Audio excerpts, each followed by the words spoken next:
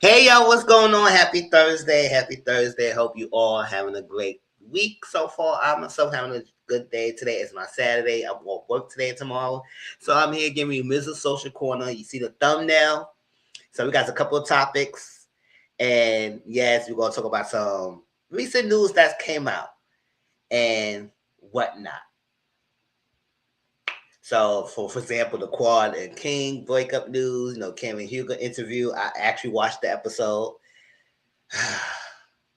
I know y'all would say, "Oh, Mister, that's good for you," because yeah, because I don't watch Potomac, so it is what it is. But I watched that interview, and I will have some things to say about that Dusty Delusion slush dom. And we're gonna talk about the ending of some shows, and then maybe the starting of some shows in the future. And we're gonna talk about Keke Palmer and what she said, and some other stuff that random come on internet and whatnot. Hey y'all, I ain't doing Mr. Social Corner for a while. I did it 3 weeks ago. I did one, the last one. So here we go again. And yes, after this freaking live, we will be watching the Traders movie, or Traders episode, and Married to Menace episode, and get together and watch along on that in my Discord.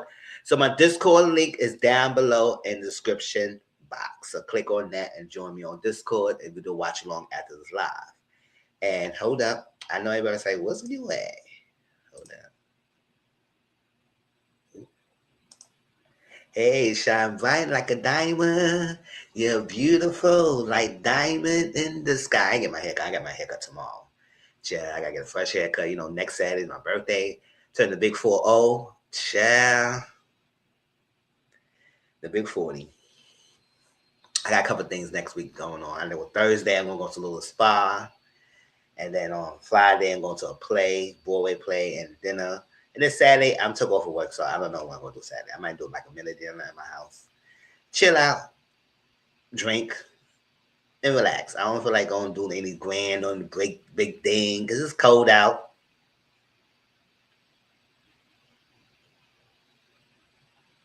Oh, Big 40. I'm gonna be turning the Big 4-0 next Saturday on the 14th. But yes, once I want a haircut, it don't look like I'm turning 40. I don't feel it. I don't feel it at all. So it's great. But I made some changes in my life a little bit. We'll talk about a little bit more on that. But no, what? I have been going through. I have been doing therapy now lately because that's one thing I want to be doing. So I got me a therapist and doing things and changing things and oh yes, boo, yes. Cause we youthful around here. Oh yes,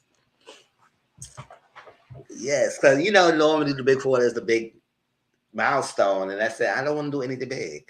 Not yet. Not in this cold winter. Oh yeah, thank you. I feel younger than that. But yes, actually, going to turn 40. Mm. But yes, I ain't really want to do anything big. So I say I just do a couple little things on a couple of days, and then on the day of, I'm just gonna do like probably a little mini dinner, have like my little family over, and just have them chill with me, and just keep it mellow and cute. And then maybe later on the year, I could do something like a big party or something like that, but not around it. The winter time is too cold. It is too much right now. Mm. Yes, but yeah, we got some things to talk about, y'all. What's up? How y'all feeling? How y'all doing? It's Black History Month. Happy Black History Month, y'all. Happy Black History Month to us and everything. I mean, every day is Black History, but we got our little month to celebrate, and it is what it is. Do what you gotta do. Don't let anybody upset you. Don't let anybody disturb your peace. And don't even let what's going on in the world disturb your peace. Because at the end of the day, they suffering right now because we've been telling y'all for years what's going on. Don't want to listen to us. So now let y'all reap the benefits and leave us out of it. So let us have our own moment and y'all do what y'all to do and we be good over here. So happy Black History Month, y'all. It's like that. So I have topics. There's no particular order. So I'm just gonna be jumping around to different topics and whatnot. And some topics I might bring in that I didn't have wrote down that I had no interest to talk about. But hey, it is what it is. It's Mr. Social Corner. We got things to talk. Mm. So apparently, P Valley is coming that back this year. And y'all know I love that show. I reviewed that show, but it be taking so long. And a part of it, I think part of it was the legal battle that it was going on. Now, congratulations to Katori who won a battle. So it's like, so now that that's out the way, we probably won't have to be waiting so long for another season. But we'll see how it goes. But once they announce a new date or whatever date it come on, we will have to probably go back and watch the first two seasons to catch up and refresh our brains. I remember most of the storylines. It's just that the minor details we might forgot about it because it's been so long. We need to catch up before season 3. And when season 3 comes out, we will review it. Is it season 3 or season 4? Season 3, I think season 3. It's like that. We will review it and keep it on that. That's that. And also, Sherry Shepherd. I don't watch daytime shows, but Sherry Shepherd. No, her show is canceling. I think also Kelly Clarkson's show is canceling. It's a lot of shows just like revamping and canceling, and what they're trying to do is like, I know usually daytime shows are not really as popular as it used to be back in the days, growing up in the 90s. I remember Vicky Lake, Jerry Springer, Wolvie, Jenny Jones. All that was the bomb back in the day. We were really like all that in the bomb. We was out of school. You watch every one of those things back to back. Montel. It was a lot of daytime shows that was popular back then, but it's not as same as this year as now. Now, we don't know about Jennifer Hudson show, but that's still going on for now. But people they might think that's next. Hopefully, it not. But Sherry Shepherd's show is ending, and it's the only thing I just don't agree with it, that they should allow her to announce the show, announce that things is ending, instead of just make a decision. I let Claire Carson announce it, but you don't want to let Sherry Shepherd announce it. It is what it is. I didn't really watch Sherry Shepherd. I mean, I believe that she'll be okay. She'll be great. I think she will continue to make money and have work later on. Just not the end or be all for her. But she had made some questionable moments in some of her shows and whatnot. And more power to her. More power to her. Mm. Oh, y'all saw this? Let me show you. Hold up. Let me put it up.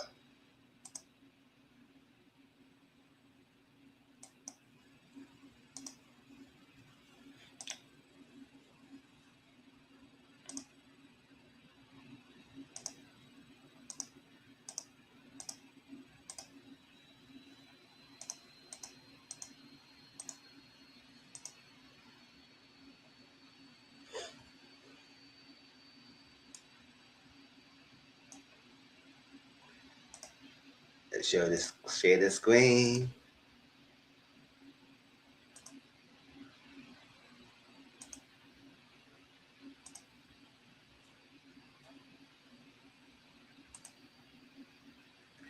Some quick other news.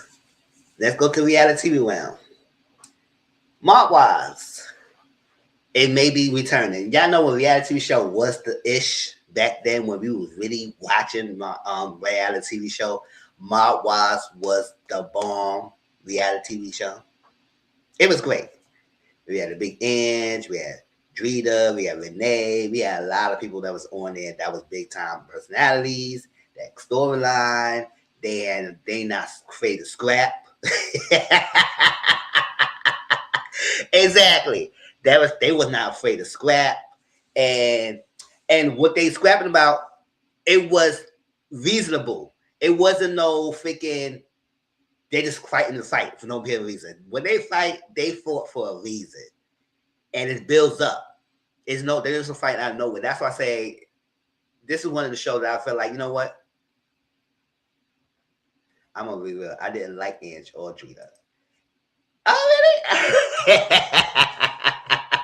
I didn't really care for Drita that much either, because Drita was a lot to handle. But I really enjoyed the ensemble cast of Bob Wise and what it was bringing. It's like that.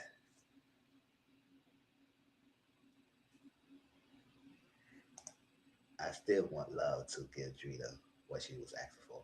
Yes, yes,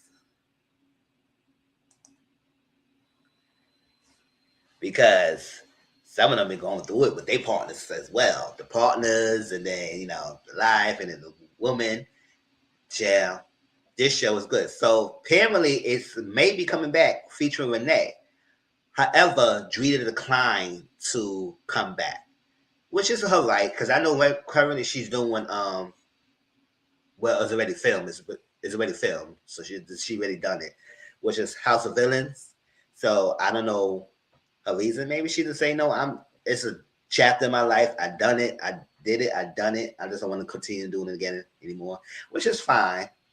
I know people might be missing Drita because she was a big part of the show, but Renee could do it and would bring some new girls in this site, anything, and bring other people that we probably don't know stories about and bring on Soundcast. When it come back, I mean, when it come back, I ain't gonna say it. I will watch it.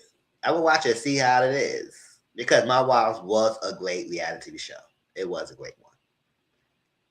Like I said, it had a mix of story, had a mix of drama, mix of fights. And even though I'm not a big on fighting, it just that I just not mind like watching it. It's just mind that if it has to be a reason of their fights. And sometimes my wives they be scrapping down. I know that's right. Drita doesn't want to answer about Lee. Oh, child, that Lee storyline, right? That Lee storyline. So, are you excited to come back? Let me see. Let me read what they said. They said, neighbors, this could be good. According to TMZ, fan love show Mob Wives is preparing to make a big comeback. The outlet says networks are currently trying to set things in motion with a source stated that Renee Graziano will be leading the show. Fans may be disappointed to learn that iconic Drita de Avanzo won't be returning. Known for bluntness and being ready to throw hands, De Vazano told DMZ she is not interested in returning. Instead, she locked in for House of Villains and shopping around for a scripted show later this year. I know that's right. She said, I don't want to do more reality. I would just want to do some scripted shows. Yeah, that's what I said. I think when they would still hold it down. Even though we might miss Andrea like that, I think she might hold it down. And whoever ladies that might want to come back. But I feel like when they leading the charge with other new girls, it should bring more fresh people into it and show people what reality TV show was and how it was supposed to be.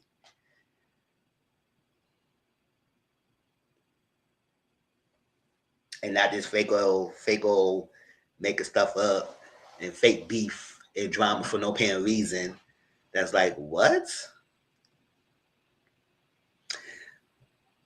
And it was crazy because there was another thing. It's like, when they Mob Wives, they had like these background stories was interesting because the people's all really probably known in their mob story background. So it's like it's interesting to know what they doing outside of that. I'm gonna watch it because Renee is interested in that can go flow for Regency to be her cousin's replacement if they need a non-Italian. Yes, they get glow. Oh, flow. Okay.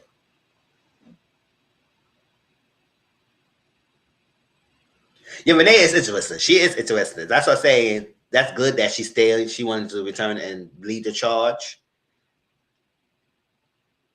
And having her with somebody that we all grew up watching will be there. So we could, for people, fans of my watch, continue on because we know a name. So when we see a person who really we watched before, we will watch it and bring new fans into the show who probably never watched my watch before.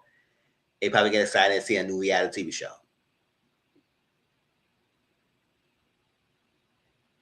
But please don't be those woke, because Mount Watch not a show for y'all to be woke. We don't need that. It's Mount Watch, so y'all know what it is. All right?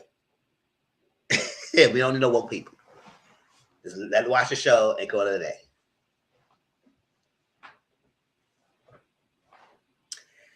Speaking of those shows, this show might be returning back. So if they come back, I'm in. I'm sold. I'll be watching it.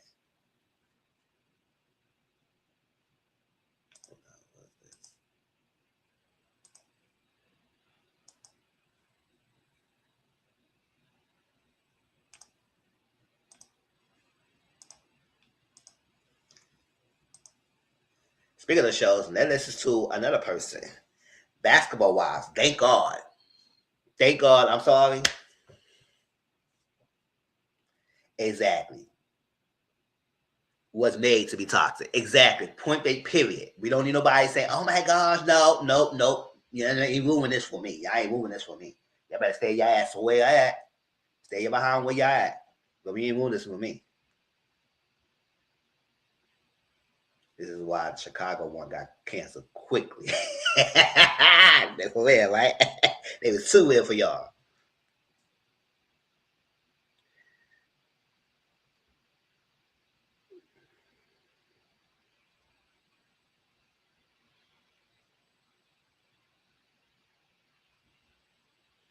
Hold on, y'all. I'm gonna get the clip, the article.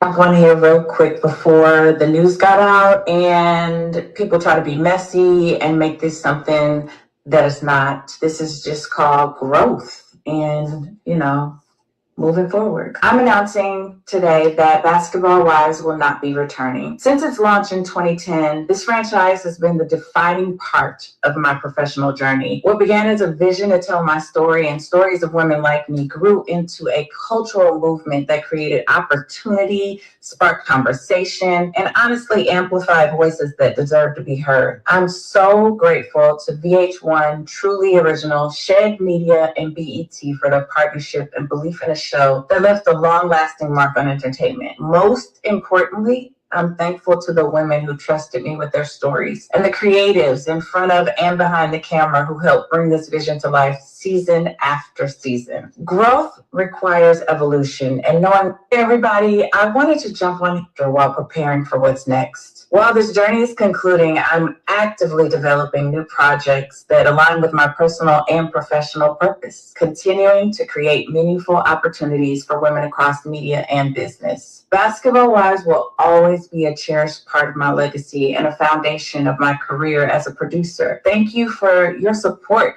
from day one, and I look forward to this next season of leadership, creativity, and expansion, and sharing it with you.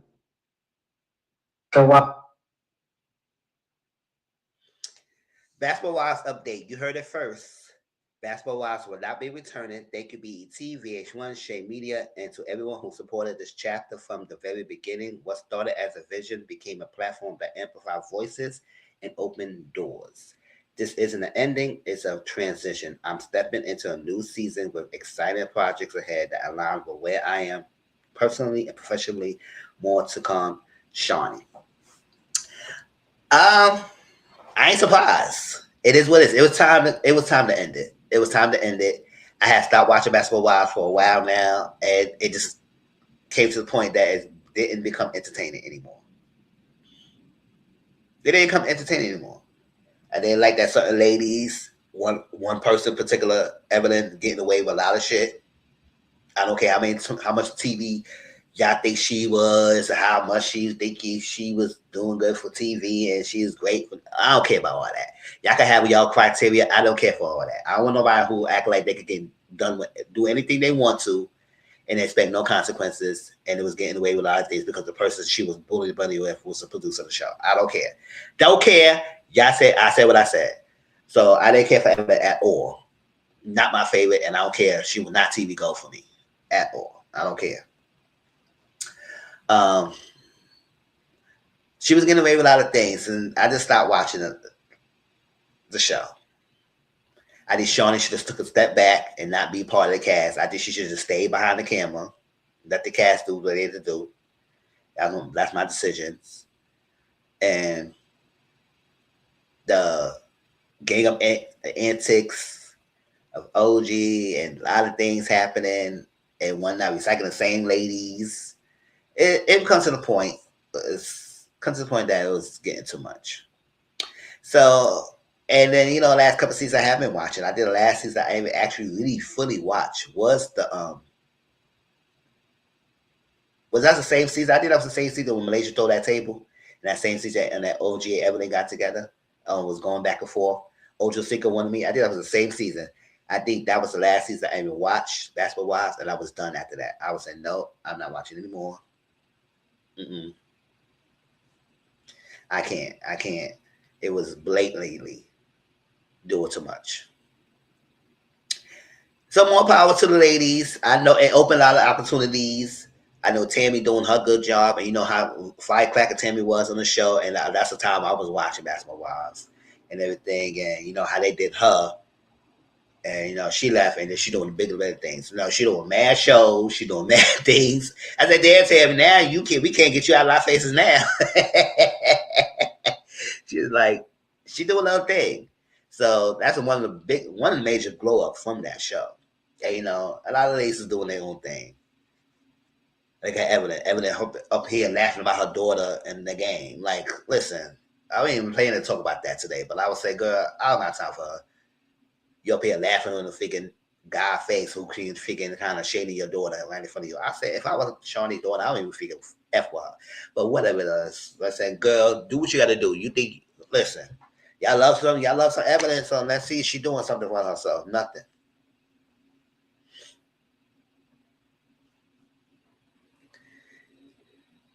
Voice doing her. So like I say, a lot of ladies. I know Gloria Devon wanted to produce more. She would like to produce one more episode, one more show of Basketball Wives. I said, no, let it end, Gloria. Let Lola. Let it end. That's it. We don't need no more Basketball Wives. Another show that may be allegedly ending is Love and Hip Hop. Love and Hip Hop serves its purpose as well. It went along for so long, for too much, and it's getting stale. Now I know Miami's currently showing, and I think Atlanta is currently coming up. But after that, what's the point?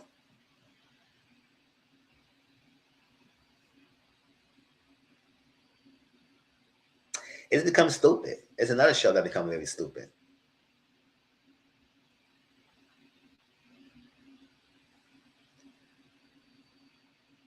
Miami's ended the season. Yes. So I feel like whatever shows that's coming out now is going to be the last season for the time being, and then it's going to phase out the show series. So Miami's ended the season. Atlanta is coming up with their new season, and after that, they'll be done. I think they have no more New York. They've been done with Hollywood. So I guess y'all better enjoy the Yandy and all that stuff that's coming up, and let it be that. And that is just it. Allegedly, Love and Hip Hop should phase out and be done with that. I'm tired of seeing the same people storylines. I'm tired of seeing the same whatever. Yes. And that whole thing about Yandy, I said, girl, you doing all this hooping hollering with men DZs. I said, listen, at the end of the day, y'all should have been upfront and straight up. Yeah, you were not legally married. That's the one thing I feel like she did a good job not legally binding herself to being married to him. But all that antic about being married, spiritual, I would say, girl, you should do all that for what? To not be legally married? It is what it is. So all that, and I'm trying to cut Rashida.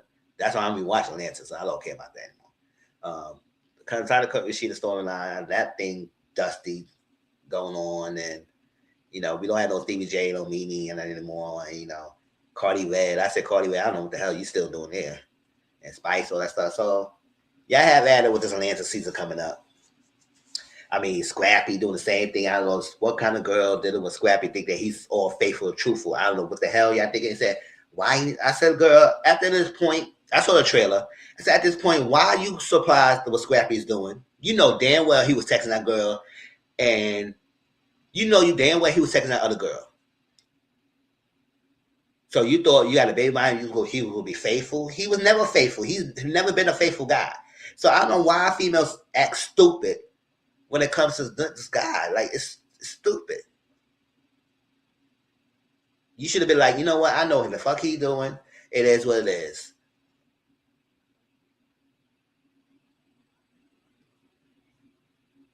Why you lie? I say, you know he's gonna lie. So why are you surprised? So I said, get out my face, girl.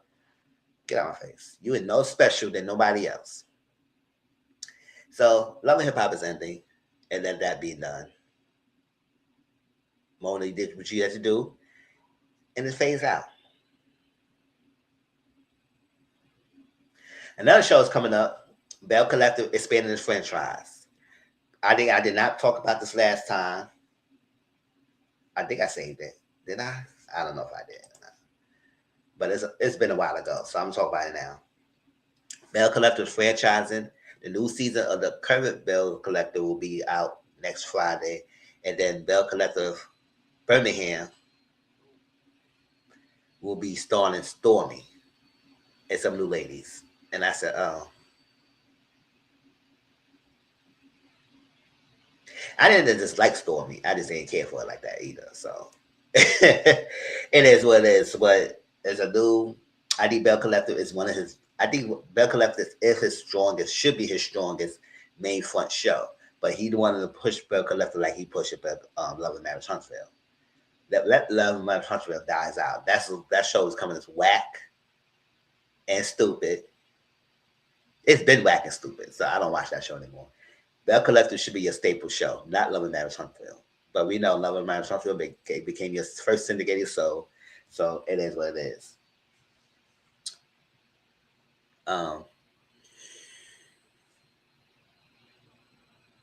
Yeah, that's what I'm saying. Because I didn't even get Rock was Stormy like that. I didn't even like Rock was Stormy like that. She got an age. She gave me energy on the TV screen like she was like this. Yes, you were very successful and nobody can take that away from you. But girl, don't act like your shit don't stink.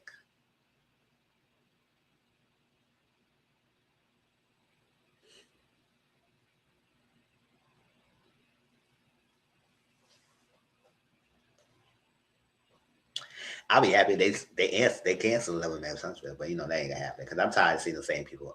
That Cape Crusader, I said, oh now Cape Crusader, see what you happen when you caping? See what happened when you was caping for that man? Hot box playing you. Now he thinking about leaving your hair, leaving your hair, leaving you high and dry, leaving you hanging.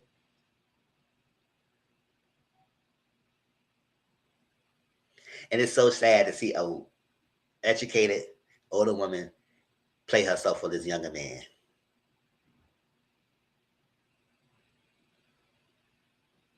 I gave up a Love and Marriage Huntsville as well. I gave up a Love and Marriage Huntsville a long time ago as well. But it just sucks to see you, girl. I said, well,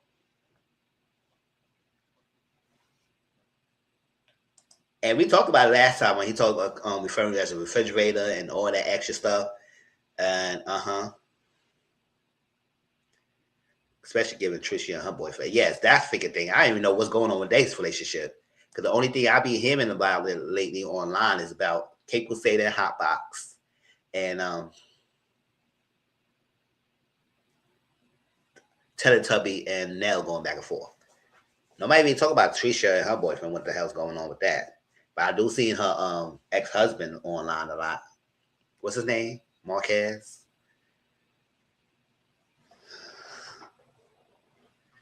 Doing interviews and stuff like that. I said, boy, get yourself together. We don't want to see you like that either. I did a lot. I did like a recent interview with or like a podcast with Martell. I said, oh, why y'all giving Martell all these little freaking presents? We don't need to see his milk dusty ass head. So, oh, I don't know. I said the ex-husband. I don't even watch the show. I don't know if they still married or not. But I know he's going around doing interviews and stuff like that. Like we need to see his ass. So that's a show that needs to end. I'll be happy to end that show, but you know it's not. But I said, yo, and then I swear, because doing something. I said, listen, what happened to Grown Gospel?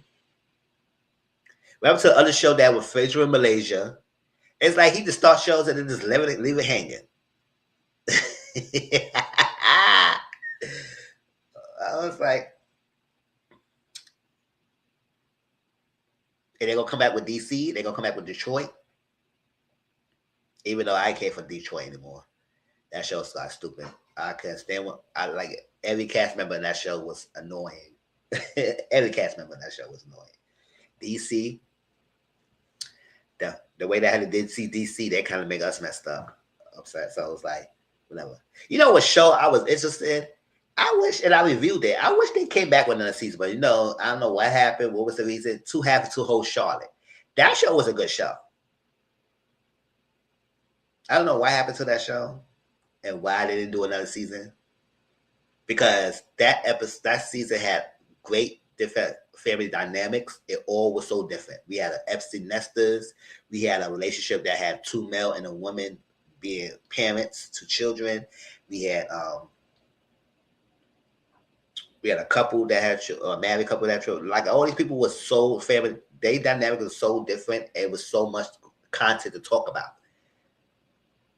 Y'all remember that show? If y'all did, it was on OWN. It was called To Have to Hold Charlotte. It was a great show. I don't know why they ended. But I was thinking about that show the other day. I was saying, why that show was ended. That was a good show. But and everything, but it's called To Have to Hold Charlotte. It was on OWN. I think if you check on demand, it had one season. And I reviewed it. If you go to my channel, I reviewed that show. It was really good. It was a long time ago. But it was a long time ago. But that was a good show on. I wish they had another season too.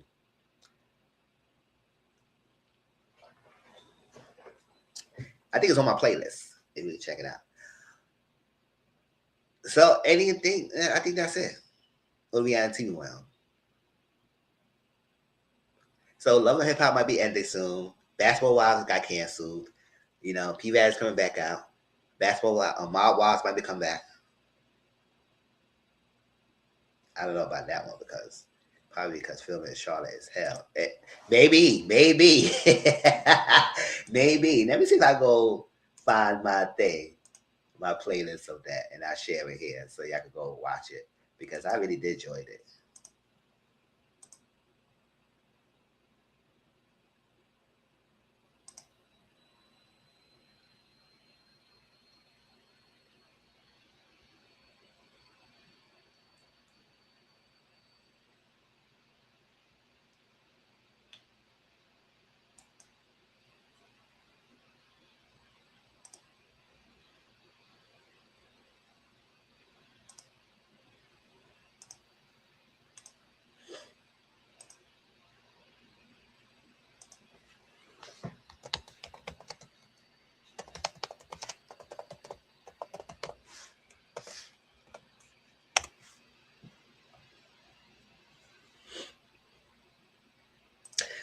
Those who didn't watch, who didn't listen to my week 5 of the book review I did yesterday, here go the link, and y'all click on that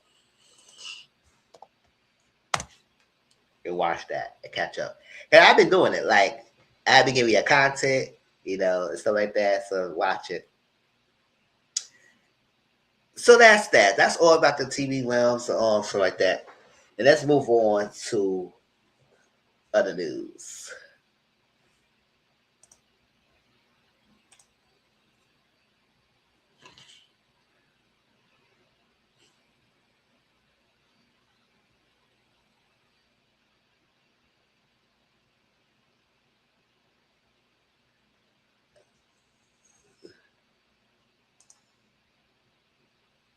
I told y'all business was crazy. Shall.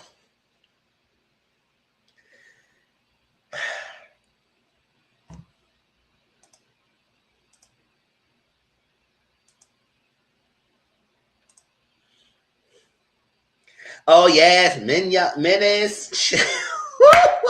that book was good. Thank you, Sia, for recommending that book.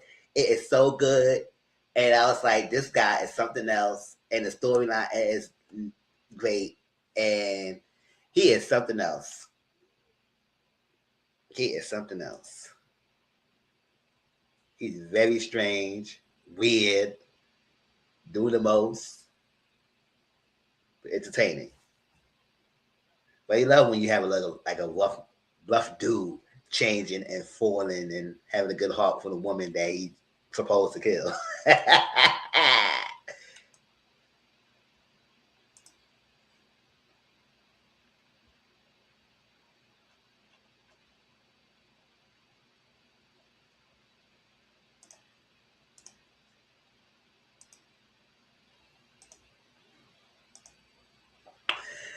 All right. Who was surprised that this happened? Quad and King broke up. Anybody was surprised? Cause listen, I'm gonna be real for y'all. When King came in the scene, some of the stuff that he was saying in the Quad and things from last season,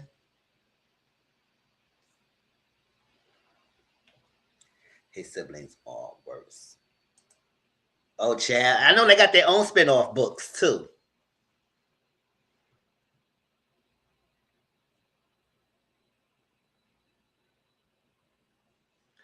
Yeah, I know they got their own spin-offs books, so I'm gonna catch that up. I know Quad and Grade 1.5 will last until the summer. Chad, exactly, something. Will last, it's something. But I know when he came, when she got with him and everything, some things he was saying, this just kind of threw me off with him. And granted, yes, I did stand by what I say about how he stood up to Greg and everything, but I only feel like he did that because he wanted to get brownie points. But yes, I do feel like Greg was on the most and he had to check Greg. But I say, even though he might be a better looking guy than Greg, he was low key still similar to a Greg, like you said, Greg 1.5. And how he talks to Quad and making little sly comments and how it's a natural order of things and no, I'm not moving your house and none of this and this or that. Big back Quad and saying little slick stuff out of his mouth. But when I saw the African advertisement, I knew it was time. Oh, Chad.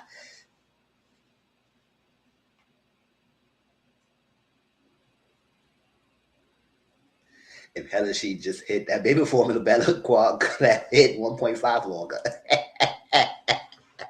Exactly. Because I was like, child, for this happened. I think that baby journey just kind of like did tarnish the relationship quicker than it needs to be. And I said, Claude, I said, I don't understand why you feel like this was the guy you should have a baby with, just because how he is with his daughter. And I said, girl, you destigmatized. He was a good, better looking, nice body, stigmatized. You got sex 50 times a week. So that's what it is. So you thought he would be a better than everything? No. If you would just listen to what he was saying to you and everything, you know, that's not what it is. I say just go do your Ebony K. Williams route and have this baby how you want to have it. And I hope that that's not the end of your journey. Don't end your baby journey because you broke up with him. If you did that, then I mean you only did that because you was with him and it was all performative. If you really want a baby, I want to continue to see your journey, your baby, and let's see if you're gonna get what you want. And there's other ways. You don't have to do the baby carrying for yourself. You do surrogacy route. You can do adoption. You know, it's other things you could do if he really wants the baby part. So do this for yourself and not even worry about no man. So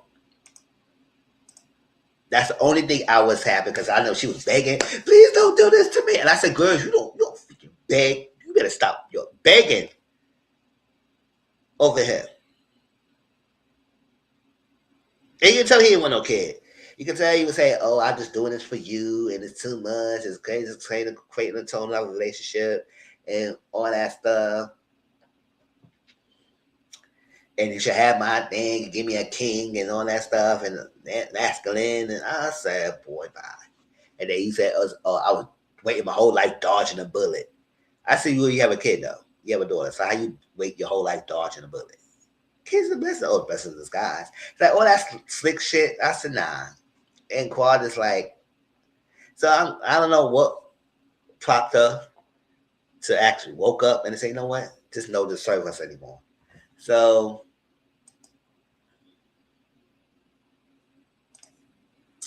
Quad confirms a breakup from Kirk King to TMZ because he was online.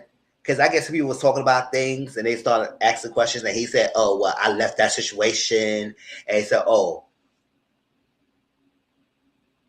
He said other things. That's the situation. He was basically confirming or lousing the breakup before we even know what's happening. I left the situation, luck don't last, and whatnot.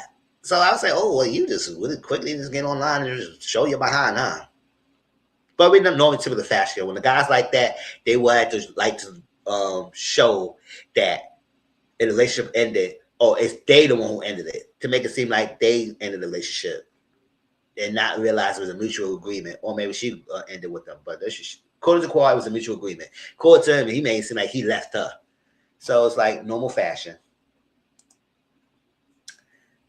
Kirk and I mutually decided to bring our relationship to a close in 2025 while our time together encompass many meaningful moments. That chapter of my life has now concluded. I wish him well.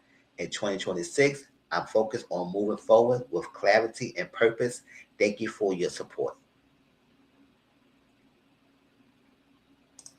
Mm-hmm. And then also, let me share some comments he said because I could not remember the comments specifically. He said specifically, Quad and King had called it quits after trying to have a baby together. And this is one thing he said: I don't think they together anymore. And somebody said it's sad. K King said I can confirm that I left that situation. And somebody said that, and I think he said another thing. Oh, luck ran out or something like that.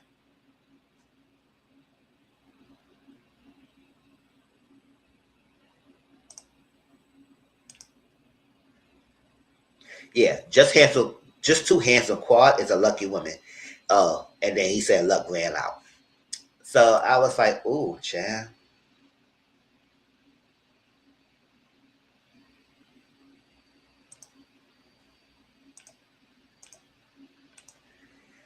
I was like, well, that's that. And then, Heavenly saying that, oh, they've been new about the breakup. I think Toya and Eugene to talk about it with Carlos King. I didn't watch the interview yet, so that will not be talked about this time. I did not know they was doing an interview. Carlos King act like he's the next person. And I don't know what y'all. I am not paying nobody no freaking person who is a producer who making way more money at Patreon account. I don't know why he started doing everything on Patreon, but I said y'all go ahead and spend your money on Carlos King. I ain't doing none of that. I bet if I'm doing Patreon, I'm gonna spend somebody who's like a regular YouTuber, like a Bondi or Jamie or something like that, who needs it. He don't need that. So I don't know why he started doing Patreon like he want to take over everything. Fuck out of here. So he should be paying me. I ain't paying my Patreon for him.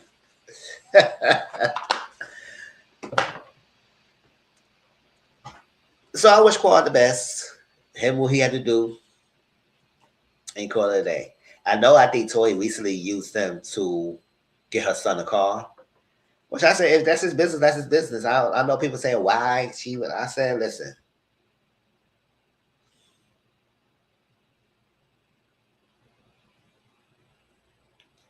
So he could say whatever and curse without YouTube taking. Oh yes, because YouTube does take a lot if you start doing too much. So I understand the reason why people go to Patreon. I just feel like I'm not paying my money to pay his Patreon when he's a producer and all that making money like that. He could be supporting us. I'd rather spend my Patreon to people who needs it, like Bonnie and stuff like that. Even though I ain't supporting my Patreon right now, but if I do want to, I know who's the main one I will definitely watch.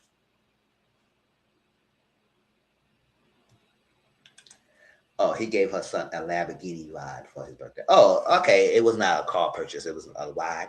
Okay, that's cute. Well, why we got all these big ass fancy cars? A Lamborghini. I know. Okay, that's cute. All right. Like, don't give me no fancy car. I didn't like a nice 4-door car that give me point A, point B. I don't need no actual fancy Lamborghini or Ferrari, voices. None of that. Voice. I don't need none of that because all that sporty car don't please me anyway. It doesn't please me. especially those two doors cars. I said this is ugly. The two door cars are ugly. Period. That is me.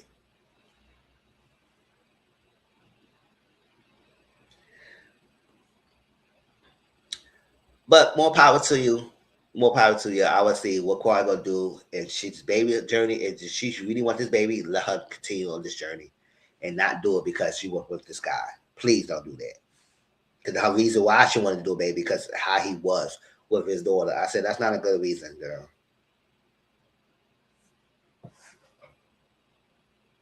Man, do every K Williams, do that route, and I said, hey, that's that. Who else?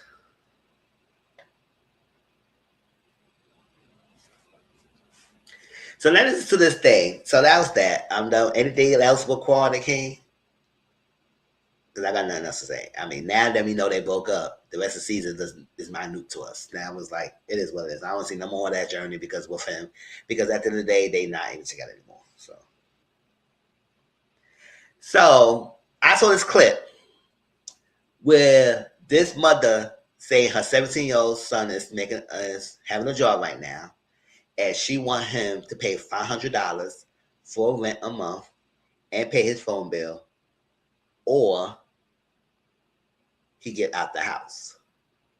Now I got my opinions about that, but let's listen to what she had to say.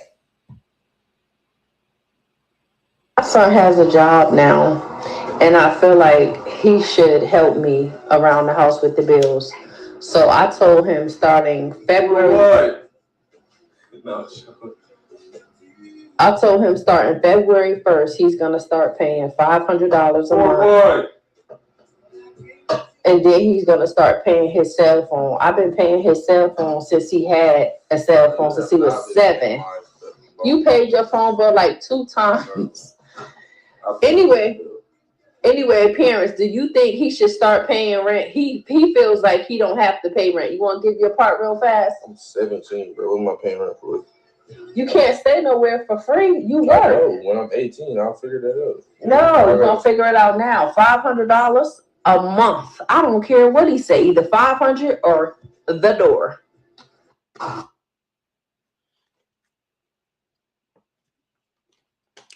What you gotta say? Now I'm letting you know now. When I was start working, when I was a teenager, when I was going to school full time, do extracurricular activities, and I had a little part time job when I was like in my senior year, like 15, something like that. Because that's what you do in your senior year, right? No, that was in your freshman, something like that. I had a job close to my senior year in high school, junior, senior, and I had a part time job before I started with the college. My money asked me to pay no rent. I was able to afford some things on my own when I needed help. But how much money you think a teenager gonna make in, especially if you go to school? How much money you think he's making in a month? He ain't making that much because most of the time you doing part time, not a full time work. Couple hours after school and then come on. So me personally, at these 17 years old, I think it's great for him to start paying for his phone bill and use that responsibility. And maybe if maybe he can help out with a light bill or something like that, or give you something towards a light bill or something like that, or internet bill. But having paid $500 for a month for a rent, no, I will not do that. I will not have him do that. Because I know you want to teach him responsibilities, but I think you should teach him responsibilities throughout his time and not wait till he had a job to start teaching him this. And I don't like that. I don't like that. This is me. Y'all might have different opinions. I don't like that she would say, "Oh, you gonna pay me $500 a month or to the door." So you gonna put him out on the street at 17. Now I know he's trying to say, "Oh, 18, I can figure it out." I said, I don't know what kind of thing you was raising him about, but that mindset, yeah. First of all, it was annoying me that he can't say for what, for what. I said, "Boy, can you shut up?" However, when he started working, I think I do agree to let him pay his phone bill. At least that. Because I know they kids these days, they on their phones a lot. So he could pay his phone bill. Yes, that could be his responsibility, pay his phone bill. But I don't think he's making enough money to be giving you $500 a month. Let him save that money. Maybe you want to start off maybe $100 or two, $100, something like that. And then you put that aside and give it back to him when he going to college or something like that. I don't know. But I don't know. That's just me. I don't think I would even do that. Yes, I understand you got to teach him responsibilities like that, but let him teach responsibility gradually. Give him his phone bill. Let him pay his phone bill. And maybe help out with food and something like that in the house. And do that way. You take care of the rent because that's your child. That's your responsibility. You decide to have him. Sometimes I think parents does this thing that, oh, if I had you, you supposed to do something for me. I said, no, they don't. They didn't ask to be here. Now, if they want to help, they can. But I don't think it should be forced upon him, and I don't think you should have kicked him out the house if he can't pay the $500. Now, if he's not going to school none of that, he just working on thing. Maybe it's a different story. I don't know. They story now. She didn't give him a background story, but I'm pretty sure he probably still going to school. And whatnot. So that is me. I think he should pay the phone bill. Help with other things, but the $500 is way too much. I don't even want him to do that. And use responsibilities until he's 21. So, and if he is 18 or 19 and something like that, I said, you don't need to figure it out, that little attitude he had.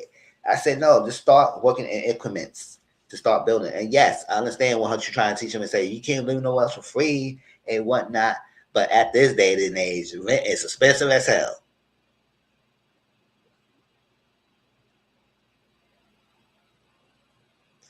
And to this point, these people end up staying.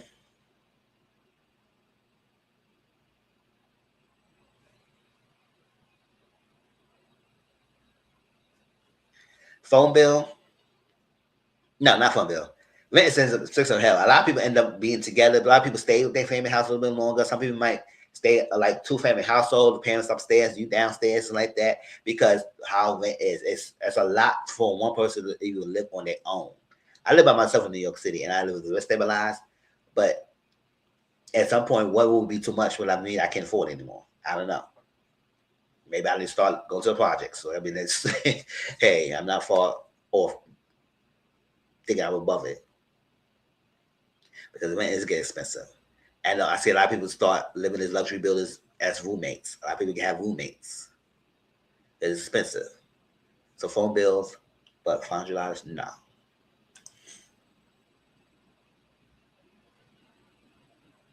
Yeah, I think phone bills is unreasonable for him at this age to pay. That's responsibility and whatnot. But $500, nah, I don't think that's way too much.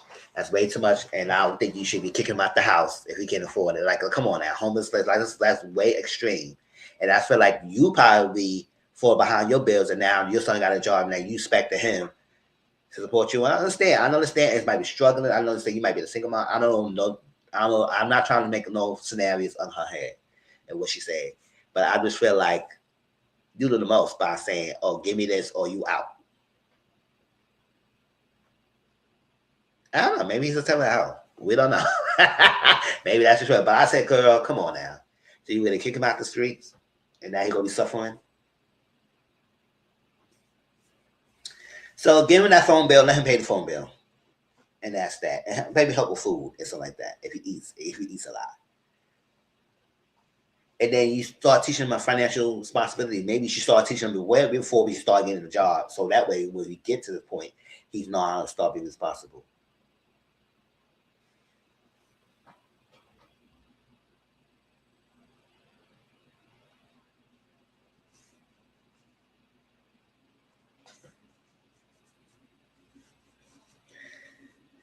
All right. So let me see this. That was done.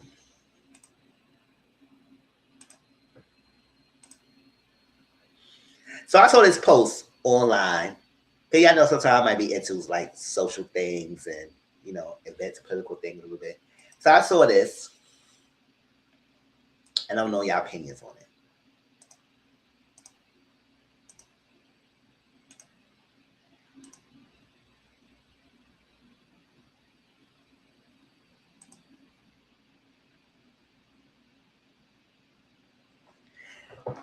So I saw this because I know Medani. He's our New York City mayor, and he's doing a good job so far. I like how he's very transparent.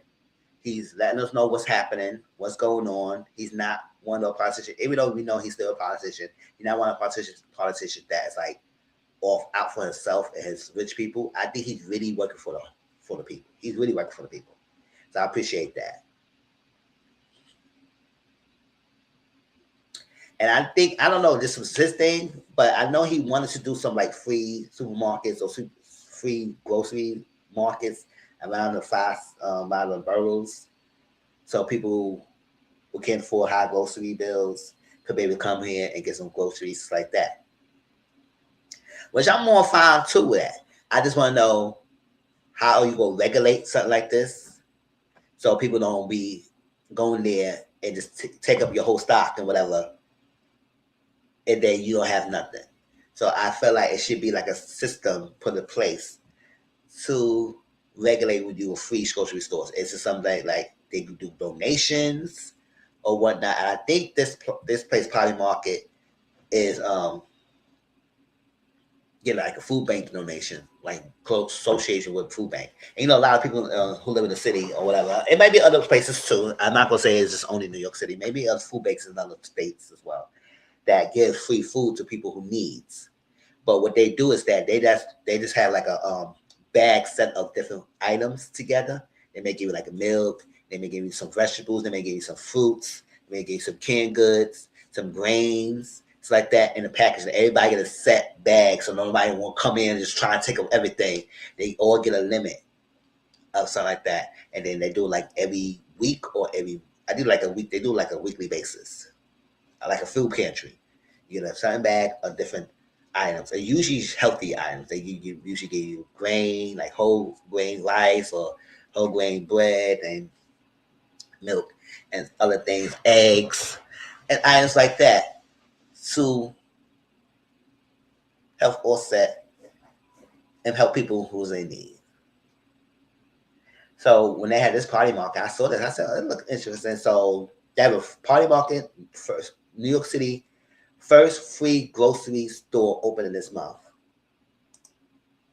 It's at the months of planning. We're excited to announce the Potty Market is coming to New York City. New York's first free grocery store will be assigned a lease, and we have donated $1 million to Food Bank for New York City organization. For New York City organization that changes how our city responds to hunger. As part of my mission of giving back to the city we call home, we donate $1 million to Food Bank for NYC to help fight food insecurity across 5 boroughs. Their mission is simple and inspirational: empower every New Yorker to achieve food security for good. The store is created in partnership with Food Bank for New York City, following a $1 million donation to fight food insecurity across all 5 boroughs. The store will be fully stocked, open to all New Yorkers, and requires no purchase. The grand opening is set for February 12th at noon.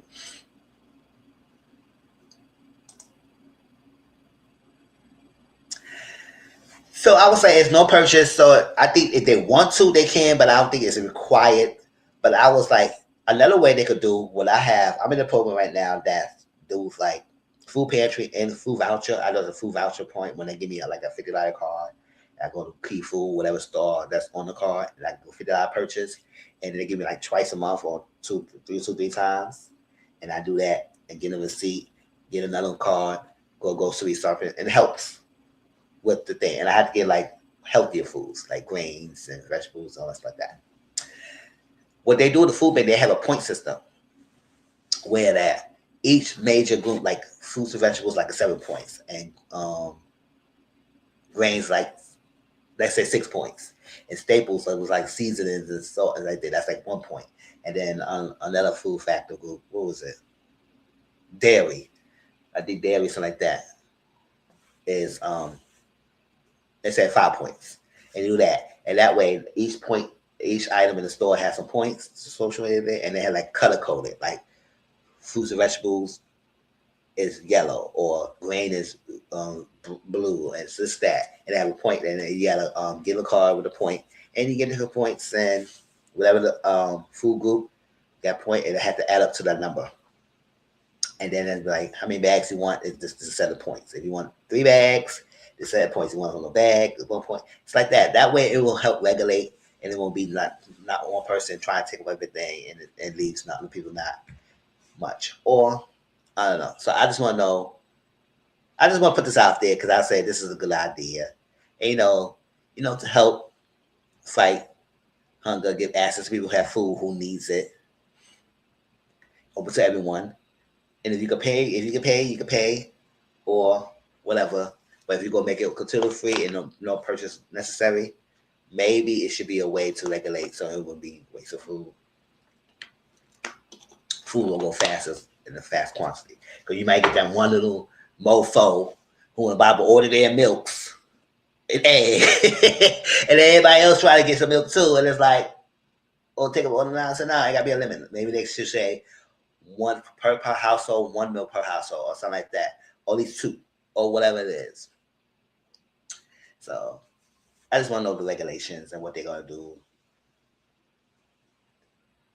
And that's that. Now I don't know where they say this gonna be at. It's open February 12th.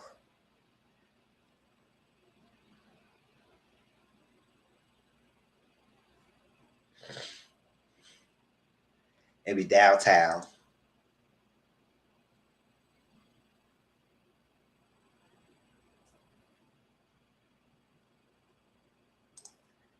And people ask them questions, but I think they're not responding so much about people things. So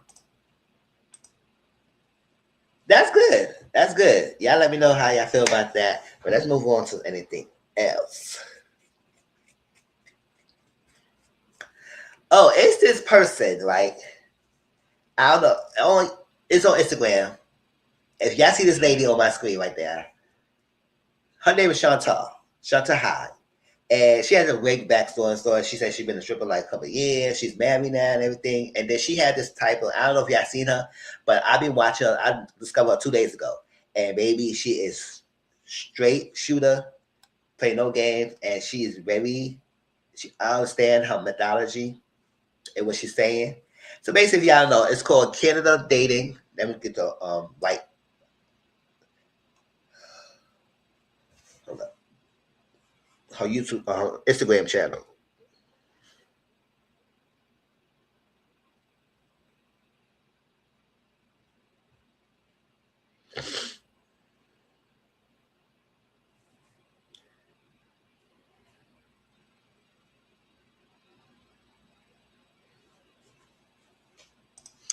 Her Instagram channel is called Canada's Dating Coach. Let me write that down. IG.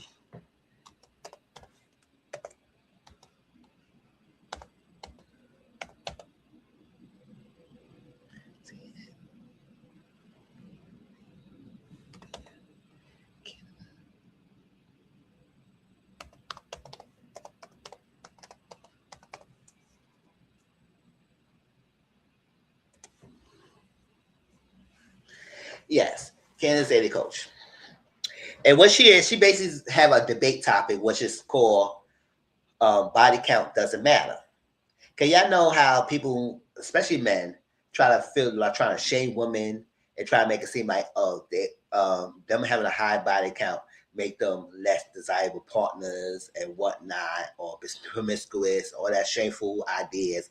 Even though there's no scientific evidence or thing background that states that the higher your body count, the low the negative you be a partner, or the higher the body count, you are worse as a partner. Hey boo, what's up? Hey Quesaware. Or the lower your body count, the more honest or loyal you are. There's no evidence or science that's back up that the more bodies you have under you, safe, consensual safe sex leads to negative results.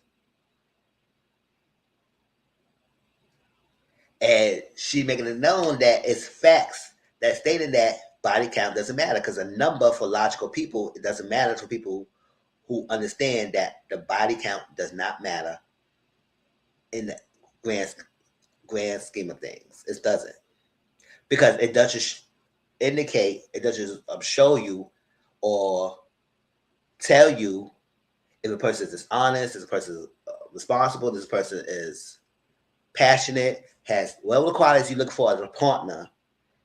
The number does not tell you, it's not an indicator of that. So you still have to observe the person. You still have to go through the data period of observations and find out if this person is right for you.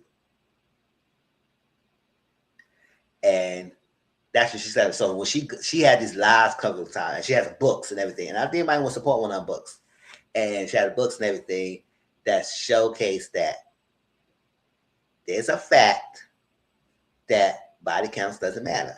And if you can't prove that, if you could disprove that, if you say that body count does matter, you need to show evidence, study, website, where is that, page number, paragraph number, that states that safe consensual sex leads to negative results. And baby, people come on there especially a lot of guys. So you start realizing a lot of guys trying, y'all know, in this day and age, a lot of guys trying to manipulate, try to gaslight you, try to make you feel like it's wrong. So worried about who you messed with before they got with them. Want you to be very pure for them. I say so. That's kind of like a tactic of control. And there's no indicator that says that the more money she has, the less worthy she is as a partner. And people be coming in there trying to argue down, and she'll be playing. So I'm gonna show you like a clip or two of what she's saying. And I've been on that. I would say, listen, and whatnot. And she only does educate the women, because she powers women and everything, but she also powers men too, and whatnot. And it's saying that what she's saying is benefit for both men and women. But most of the time, ladies all have been in the brunt of dealing with unqualified abusers, men. And usually that would happen. So I'm going to show you case one or two of what she said, because it'd be funny. Because she'll play no jokes. And then she said, well, what you got to do, you got to block these people. If you block these people left or right. And not just only men. Most of the men she blocks. But she said she blocks some females too, who had that pick-me idea or feel like body count does matter and try to argue why it doesn't matter. How can you determine that if someone has a low body count, let's say for one, there's only except one person, you're automatic honest, or they're automatic compassionate, they're automatic responsible, just because they have one person they slept with, compared to someone who slept with like at least 10 or 20 people, they are irresponsible or they are lazy. It's like that. It's no indicator of a number. That's why it doesn't matter. So let's go into ads. Let me see.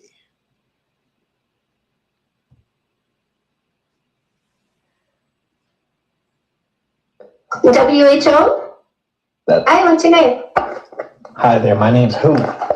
Your name's who? That's it. WHO? That's it. I'll call you Tony. Tony, what topic are you here for? Well, there seems to be one. Body count doesn't matter. Okay, that's my debate topic. It's a facts over feelings debate, not an individualized debate. It means I'm not debating you on you. That means we don't start a sentence with I think, I feel, my opinion, my experience. We discuss this in a factual or scientific way only. Are you here for a facts over feelings debate, Tony? Sure, I'm just curious what you mean by body count doesn't matter in regards to that. So when we're picking a long-term relationship, who you did or did not do is never more important than who you are. We define ourselves to know what we deserve. We spend minimum 3 months of observation. Doesn't matter how many people we slept with in the past.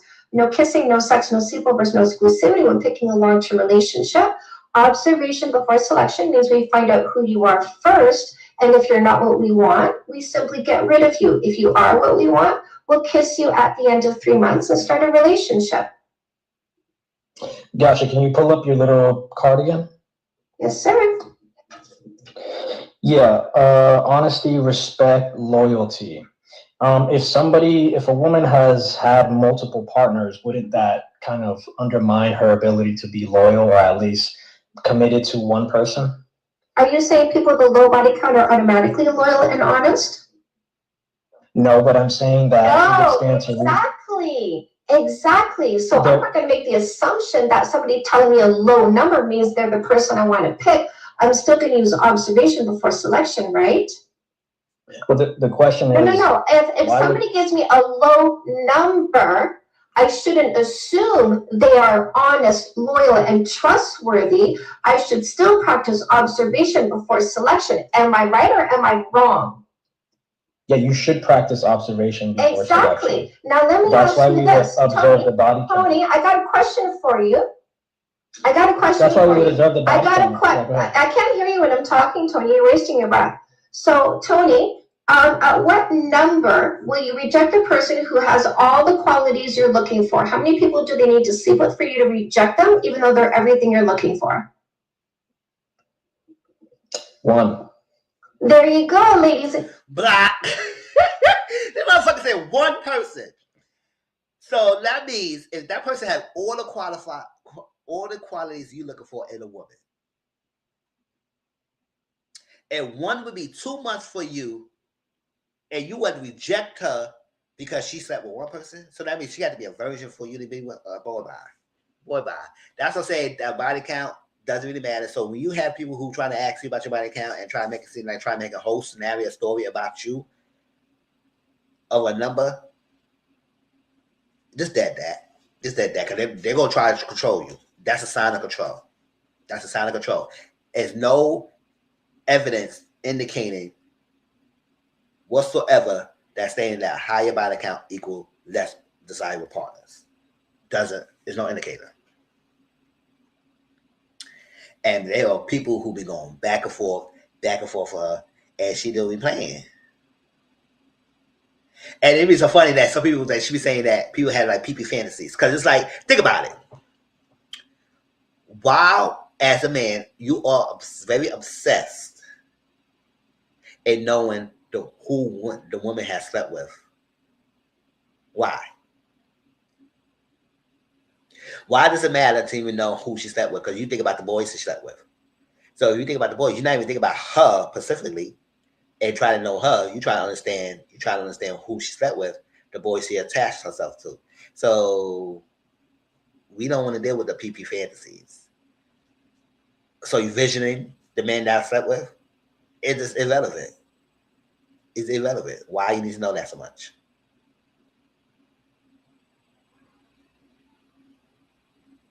Let's go woman too. Let's go for anyone.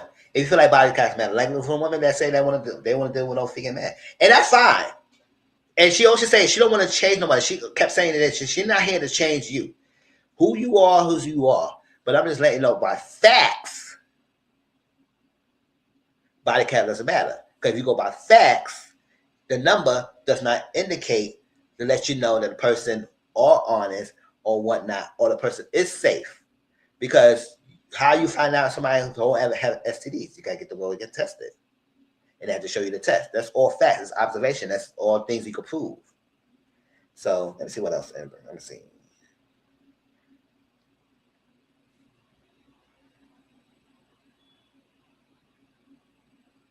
Oh, this is a person that was saying they were so obsessed with her body count.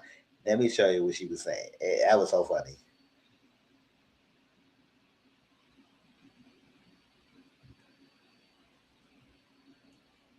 That past. What's your body count? So you said that past behavior dictates what future behavior is going to be, right? Yeah. All right. What's your body count? Well, what you're saying is that what somebody used to do is what they're still doing. Is that right?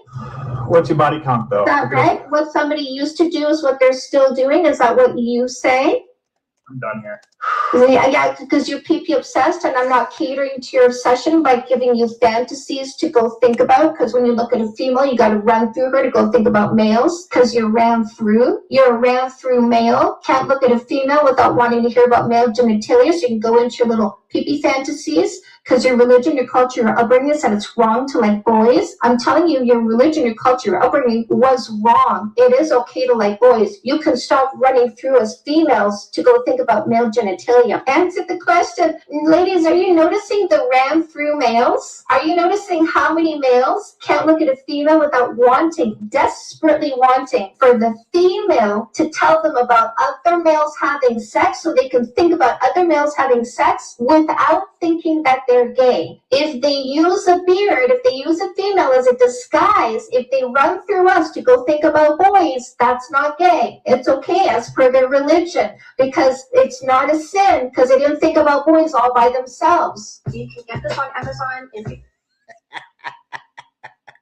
Sure. So I was like, I understand her methodology, I understand her thing, and I agree with that. It doesn't matter. It doesn't bear no there's no indication of a wealthy, of a qualified person. Doesn't matter, a person's like 50. And I said, well, listen, a person who have a high body count, they experience.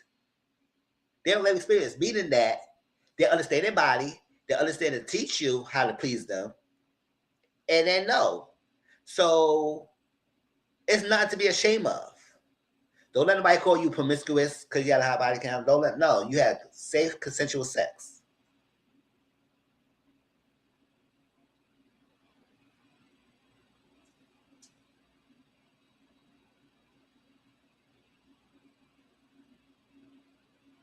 And don't let this man shame y'all for this body count, because they can sleep whatever they want. They think they're cute, so it's all good for y'all, but it's not good for the women. No, that's what she try to cater most to the women, because most of the guys think that. They also females think that too. So that's what I'm saying. You got to weed out the bad people.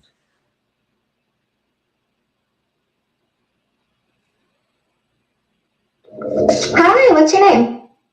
Hi, my name is Rex. Jax? Rex, J2 Rex. Rex, what topic are you here for? All right, just wanted to, this for clarification's purposes, of course. When you say body count doesn't matter, Yeah. you do realize that To the people who practice logic and stick to facts. Would you like to hear my facts? I'm listening. That's what I'm here for. Yes? Okay, here's the first one. Would you agree it is a fact that a woman looking for a long-term relationship, wanting somebody with all of these qualities, no less, would need to observe someone over time to make sure they have these qualities? Yes or no? Absolutely. Yes. Would you agree it's a fact that a man wanting with somebody with all these qualities, no less, would need to observe someone over time to make sure they have these qualities? Yes or no? Absolutely. Would you agree it is a fact that if somebody wanted to know if the other person has an STD or STI, they need to ask the person to go to the doctor, get tested, get the test results, and show the test results? Yes or no? Of course, that's true. Would you agree it is a fact that somebody with a low body count could be dishonest? Absolutely. Somebody with a low body count could be lazy, Definitely. irresponsible. Absolutely.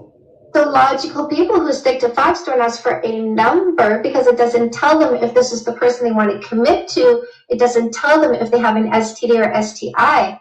They don't have facts when they ask for a number. Your comparisons do not reflect what the context of this message here is. You said in court. I'm sorry, are you here to tell police? Are you trying to tell me to change my messaging? Are you here to tell me what to do with my messaging? Is that what you're here for? I let you talk. Would you allow me? You let me. Listen, let doesn't exist in a peer-to-peer relationship. Blocked. When they use the word let. Let is parent-child. I don't do let. Nobody comes here and lets me do anything. You don't let me talk. You don't let me add words to my prompt. You don't let me dress the way I want to dress. You don't let me have consensual sex before I met you. There will be no let in a conversation with me. The moment somebody uses the word let with me, I block them, because that indicates they think they're here and I'm down here. That is an instant block and delete when they think they're letting me be. anything I want to be. Yes. Like I said, I enjoy her. She is very clear, straight up the back, and she'll let nobody get over her. And I appreciate that. And I think we have to start realizing that you, your own person, you should not let nobody manipulate you. You should not let gaslight you. You should not let them try to control you or try to tell you any different than what it is. If you can't stick by facts of observation let you know if I'm a person of quality for you or not. My number, who I slept with, it does not matter. It does not give you anything whatsoever. It does not tell you if I have an HIV or not. It does not tell you if I have STDs or not. It does not tell you if I'm honest. It does not tell you I'm responsible. It does not tell you if I'm compassionate. It does not tell you anything else on that list that you think that will make you want to be with someone. Trustworthy, it does not tell you none of that. The number does not tell you none of that. Facts and observations and what you see when you observe somebody's behaviors and actions tells you the type of person that you want or you don't want, not a number. So I agree, it doesn't. If anybody try to tell you differently, you block and delete. Like she said, block and delete. I come to the point now, at least in my life, that I'm in a journey. Like I said, I'm talking to a therapist right now. I'm in a journey where I'm secure and I'm stable with myself, and I have been thinking about pursuing a relationship. But I told her it's not a make or break me. But when I'm in my journey, I'm learning myself. Like lately, I have not been doing any casual sex with a lot of people lately. I have cut a lot of people off that I used to mess with. Because I said at the point, you're not serving no purpose because you don't be able to reach out to me, you don't be able to talk to me, you don't be able to see me. Like, I don't even hear from y'all unless I'm reaching out to y'all, and I'm tired of doing that. So I don't want to do that. I had deleted the, let's be real, I'm grown. I deleted the Grindr app. I deleted the Jack app. I'm going to start getting the Hinge or whatever dating app. That's all. That's all. I ain't telling so much details about that. And try to see how much it goes. And I'm cutting out a lot of bullshit. A lot of bullshit. So it has been to the point that, yes, ain't no time to be wasting your time. It's no time to waste your time. No time to let anybody try and tell you anything otherwise. So when she come in, when people come on her platform, I think she does live every day. That's why I'll show her Instagram thing on my post. Canada's data coach. She doesn't play. And when you listen to her, it's just straightforward. It's very simple, clear, succinct. But people try to come in. Nobody give no clear evidence or whatsoever to dispute what she's saying. Dispute what she's saying or not and whatnot. And I say, when you have people who like that, yes, you may not want to understand her approach or how she handle things, but at the end of the day, what she's saying is not wrong. And I think, oh my gosh. Oh, that scared me. All right, let's get to Keke Palmer. Keke Palmer said something that, if y'all have been following me, y'all will probably understand what I will agree on her now. I'll ask y'all after she said it. Maybe who people who know me probably will understand, probably will know the answer. I will say what I agree on with her or not. Let me tell y'all what it is.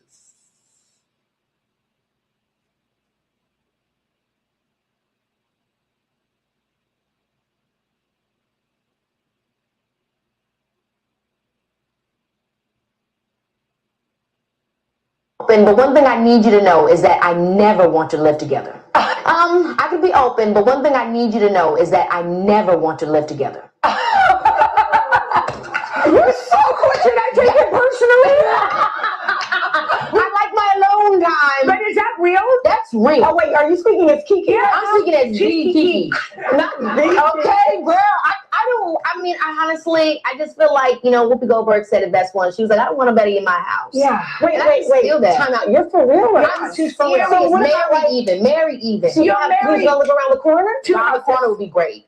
What about a guest house? Would you let them live in the guest house? We can be in a guest house. You know what I'm saying? We can be on the same, land, but I'm over there and he's over there. Yeah. At best, separate rooms. Okay. So what about, you go to the bathroom, you have the two toothbrushes?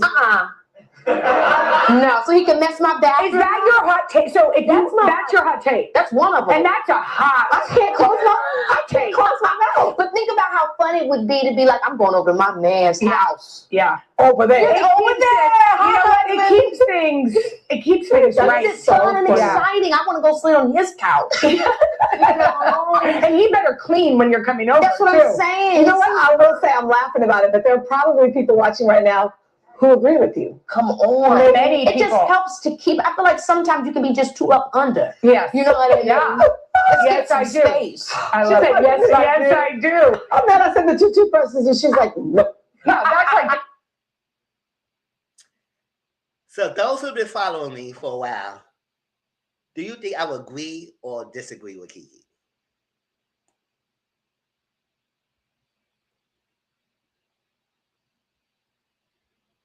Because I haven't talked about this for a minute. So I think the answer should be easy.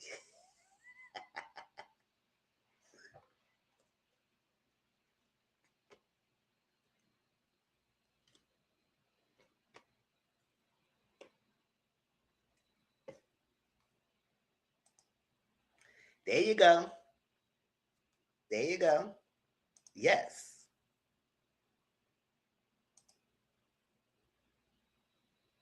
The answer's there. Thank you, Keke. Yes, I will agree. I agree.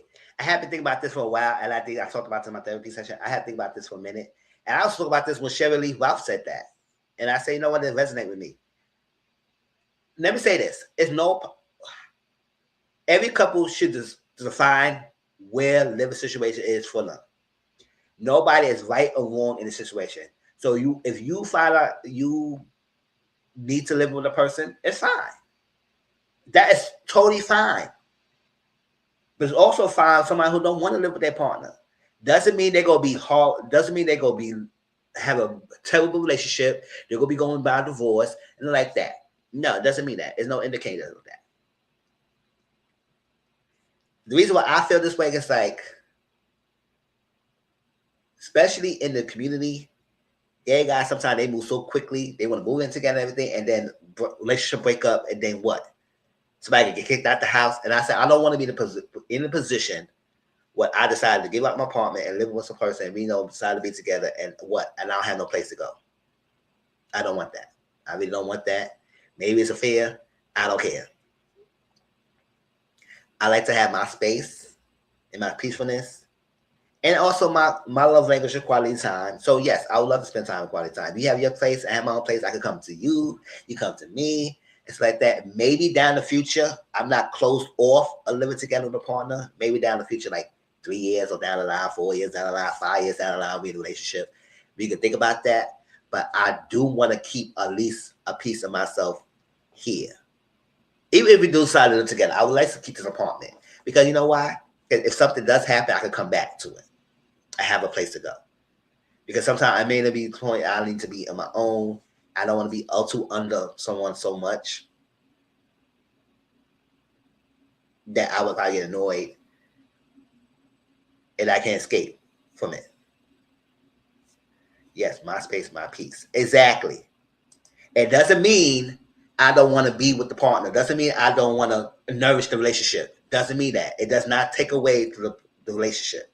It just means that for me to be a better self, for me to be 100% myself and to be 100% a great partner, I think it would be best if I have my space, you have your space, and we do that.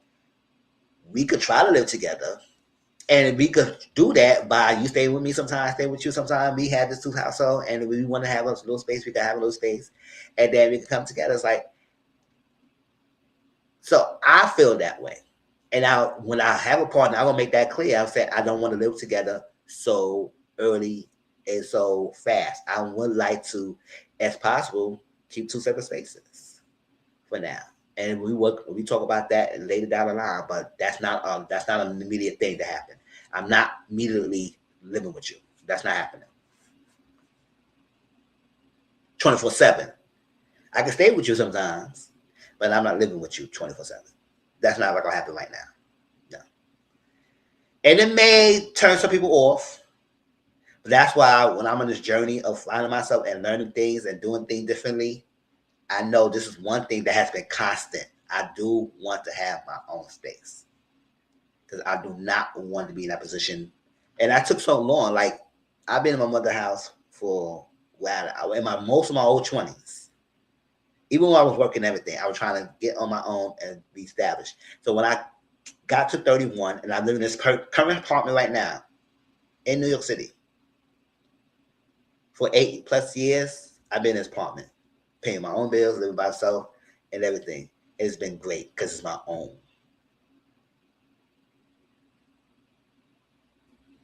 To give that up, to be with someone, and then I end up being kicked out or whatnot.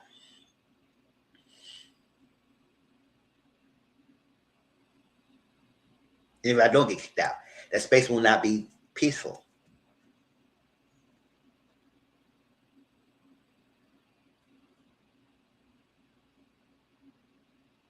Of course, I have a mother that felt like she would never let me see me stranded and whatnot. That's where we have a good relationship. But however, I worked so hard to get to the point where I'm in now. Stability, the financially dependent on myself, the stability, peacefulness, independence. I work hard for all my 30s. In all my 30s to work on it. So in my 40s, I can at least have somebody add value to my life and not take away. If I feel like you want to take away, I think taking away means giving up my apartment to be with. I feel like that's a subtraction to my life. That's like that. So there's nothing like having your own. Exactly. So future people who watching me, who want a relationship with me, that's my stance. So I agree with Keke. I agree with Keke. It's like, I agree. I agree with Keke. I agree with Shirley Ralph. Shirley Ralph and her husband are married for decades. Now, not everybody can be the same thing. Like I say, if you feel like you need to be with a person for the relationship to last, that is totally fine. But also, it's not wrong for somebody who want to have what Keke want to do or Shirley's wife want to do. It's not for anybody else to judge. I think that's going to be indicated that their relationship going to be over. How? How you could think so? Just because you think that you should live with a person doesn't mean that someone else should think so. I said, do what's one. That's why it's important to not rush and observe and communicate and have these conversations with the person and have compatibility.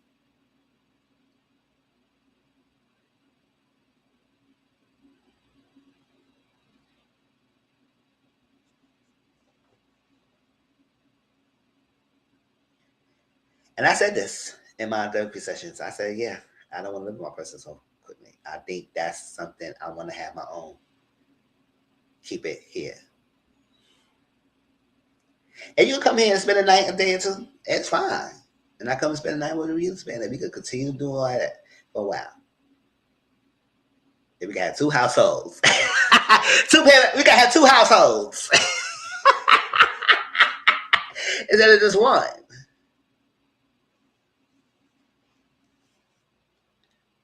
Well, what y'all take? Do y'all agree with Keke? Y'all disagree with her? For like that, I know some of my people are married and they live in apartments like that. How you feel if the circumstance was different?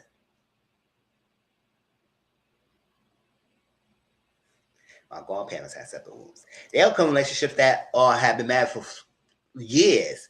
It lives like separate rooms like that for to maintain the peacefulness in their household. Doesn't mean their relationship is on the rocks or troubled. Is what best will work for them. And sometimes, yes, if you've been living together and then y'all started not to be separate household, like with Simone, like for example, Simone and Cecil, they was always living together and they started to live separate. Then we could understand that there may be some issues going on.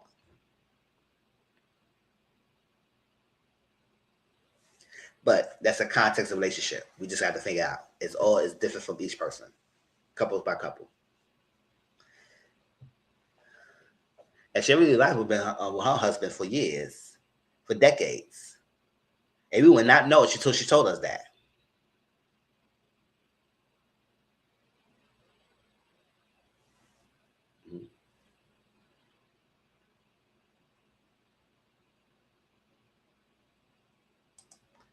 Exactly. So we here. We not here, but we here. Exactly. So I don't shame her for that. I don't shame anybody who feel that way because I'm in the same boat. So hopefully when I start my journey of finding dating more and getting with people, I'll have to make this known. And it's something we want to talk about. This is what we talk about.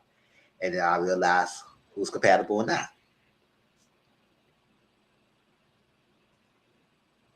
Because baby, these gay relationships, they move so quickly, so fast with each other.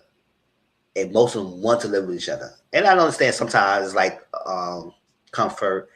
Parents might not be there. They have to be their own. It's not much guidance. They feel it's stability to be with the person. And it's so fine. If you want to do that, that's fine.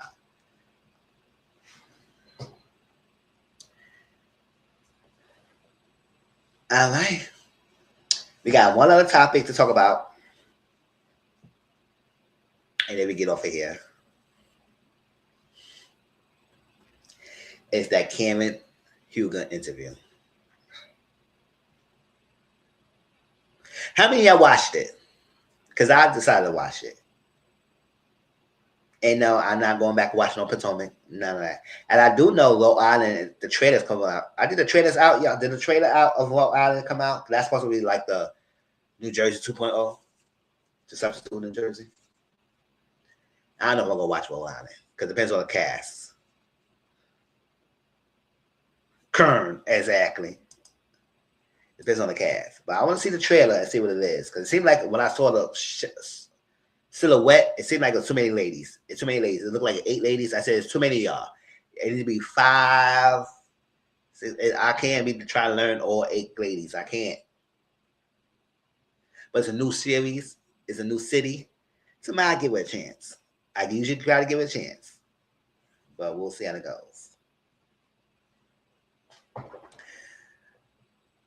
What happened to Potomac? It had an episode. I think they had a finale.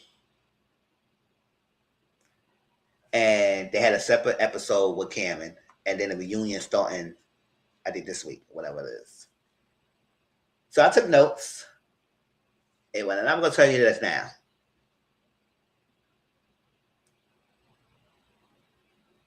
I'm not praising nothing by Cameron doing. Act like, at the end of the day, you did this to yourself.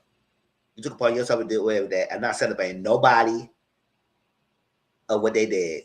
You did your time, and it is what it is. Ain't no nothing to be celebrating. Well, I hope she learned from this, and she continued on not to continue doing what she did.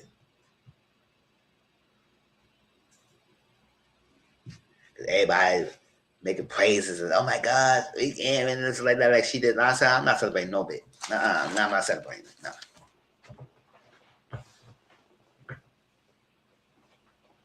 And then you go sit your plump behind on that couch and berate Wendy like that in the reunion.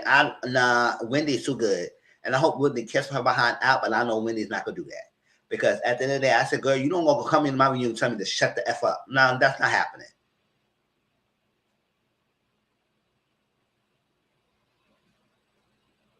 I wish you would took your damn advice and shut the hell up. Saying you gonna be vindicated, you gonna be this and that. I wish you would follow your own damn advice and follow your lawyer's advice when they told you that this freaking damage your video will do you then.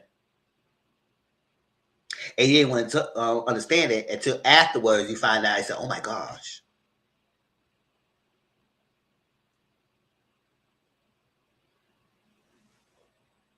For real.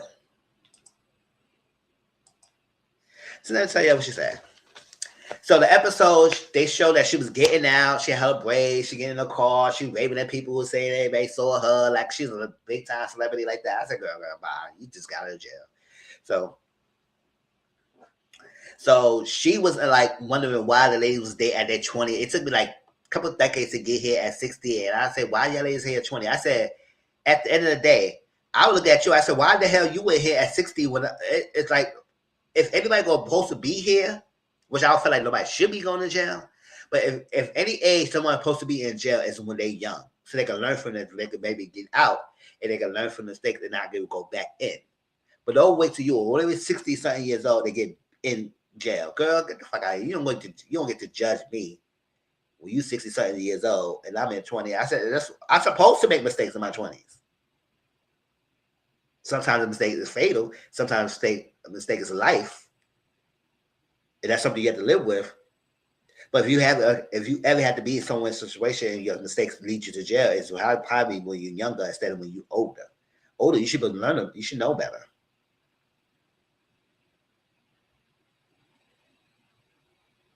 I mean, that's just me. Because what you're saying, I said, girl, you should not be praising like you looking down the girl. You feel so sorry for the ladies. Yes, understand.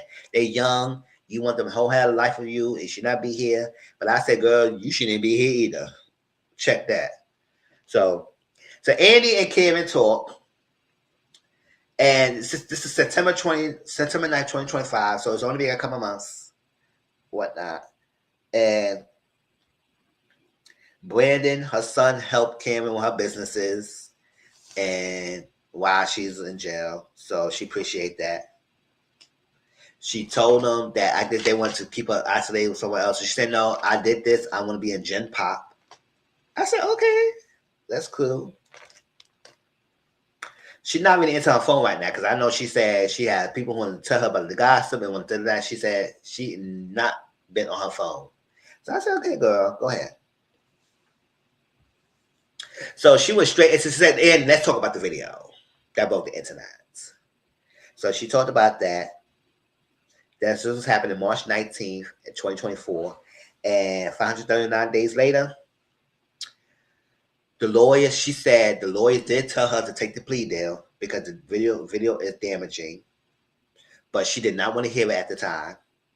So she did not want to deal with that because she was under influences of prescription drugs and alcohol.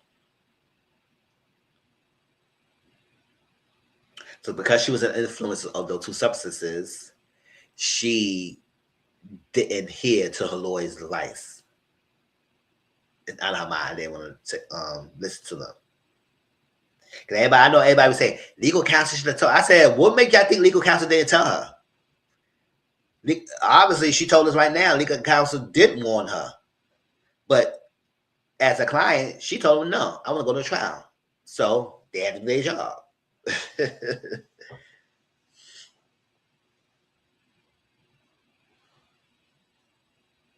She said she isolated Ray everything. I said, why are you isolating Ray? What's this big mistake? Because Ray was there when you got arrested.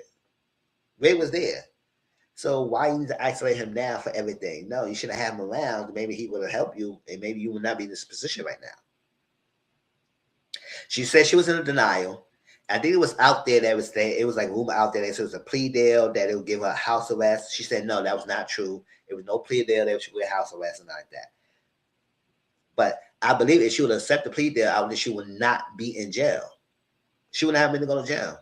She would have got a guilty charge. She would have to get like fined, do community service or something like that. She would not have been in jail if she would have probably took the deal or whatever they had as stable. But the one of the deal was not about house arrest. She was not supposed to get house arrest.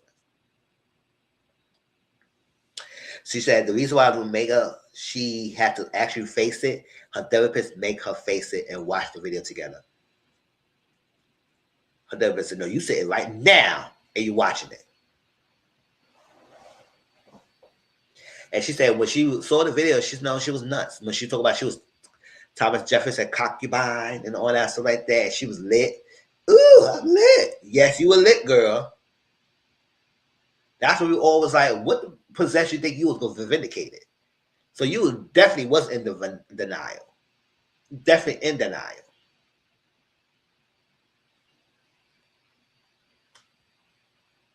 According to last season, whatever, you were telling people you were vindicated and all that like that. So you gonna be so you talking too damn much to your damn self.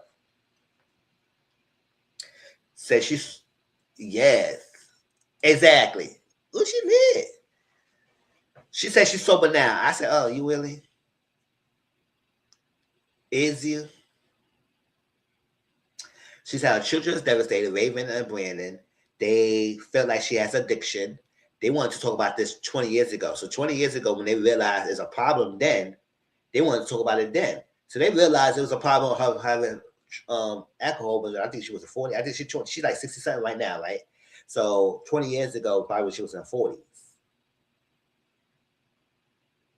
And they wanted to talk about it then, that she had addiction. So she currently saying that she was under prescription from her doctor for antidepressants, but she can not say the name of what she got prescribed. For every reason, she said she could get sued.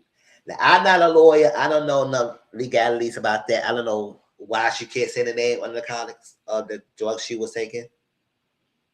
I guess, I don't know. She said she would get sued if she would ever name the substance she was on that caused the accident she was under, that she did that time. She said when she got the drugs, she changed the dosage. And she started taking more and more than what was prescribed and what was warned her to do.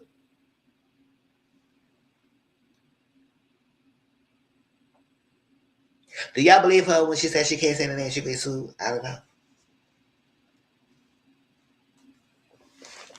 I said it's not the doctor's fault that you decided to change the dosage of the medication what they prescribed you for.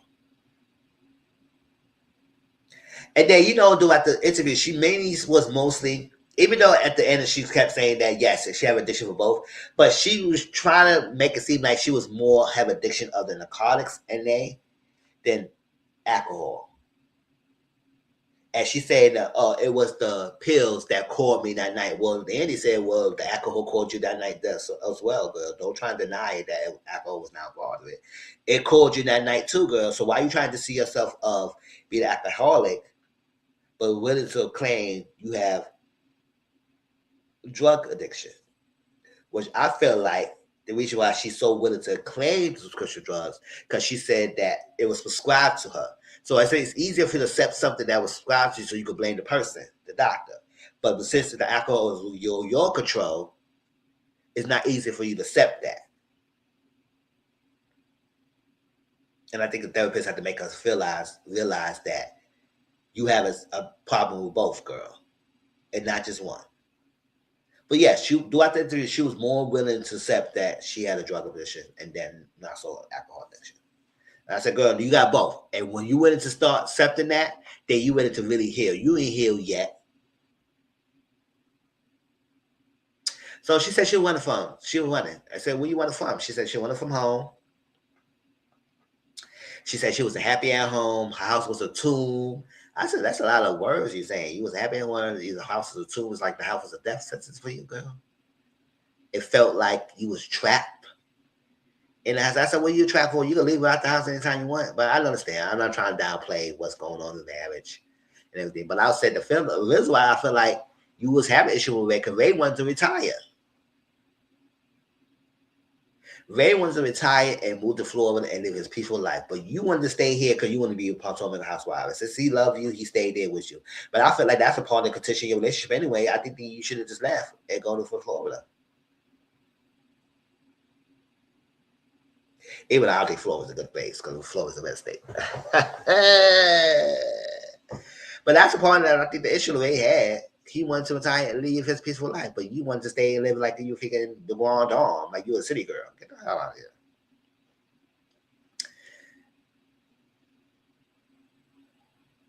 So she said something she doesn't do is drink and drive. I said, girl, you got 4 DUIs. And they mentioned that. I said, well, you got 4 DUIs though. So why are you saying something you didn't do is drink and drive when you have drunk and drive? 4 times. So this type of shit this is type of stuff we talk about with Joe. You don't get the chance to criticize nobody and downplay or try to lead nobody if you can accept the fact you had 4 DUIs. Now she tried to say that she had 2 incidents that was actually labeled to DUIs, and she had another 2 incidents that was alcohol related, but it was not DUIs. I said, well, it said you got 4 DUIs, you got 4 DUIs. Now, at the end of the day, whether or not you want to distinguish that last 2 whatever incidents with DUIs, at the end of the day, all 4 incidents involve alcohol. So you cannot convince none of us to say that alcohol it is.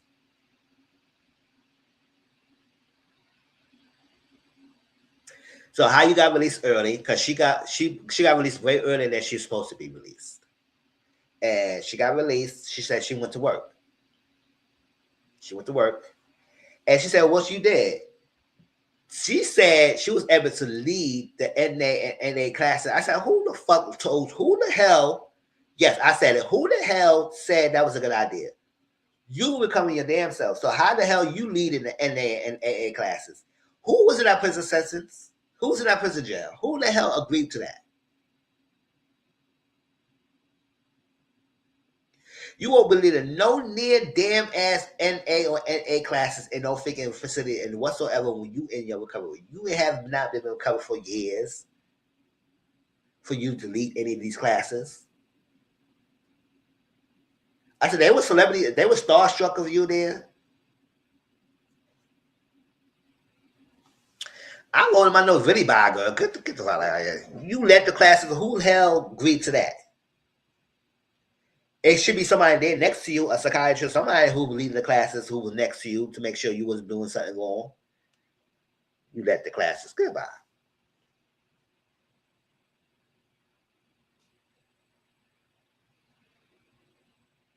She said while she was in jail, Ray came up there and she worked on her marriage with Ray when she was in jail. But she said she come to realization in the terms that she had stopped maturity emotionally when she was 19. And we all know at 19, that's when she got SA. Which I will understand that she had stopped maturing emotionally at that age. Something about her just stopped. Even though she got older, her emotional maturity has stunted when she was 19 because of that situation she got SA. Which I understand, maybe because it takes a situation like that to stop somebody's growth. Especially if they really have not took the time to get help on that. It could impact you for the rest of your life. So maybe she did say that was not an excuse for what she has been doing in her life, but she realized, it comes to the realization, her mindset stopped at that age when that happened. And from there, she moved on her life, but never really dealt with that.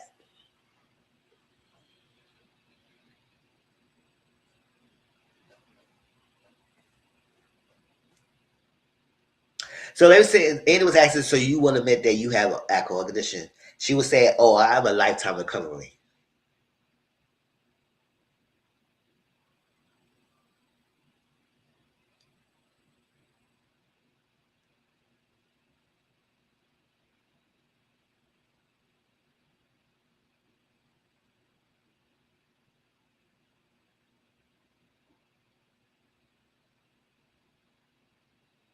Okay. She said the last time she took a drink was after the incident. So after you had to run your car to the ditch, and she said she was also so happy and lucky that she did not hit no one because she would have been worse. I said, yes, you lucky the hell you didn't hit someone because you would not be out right now.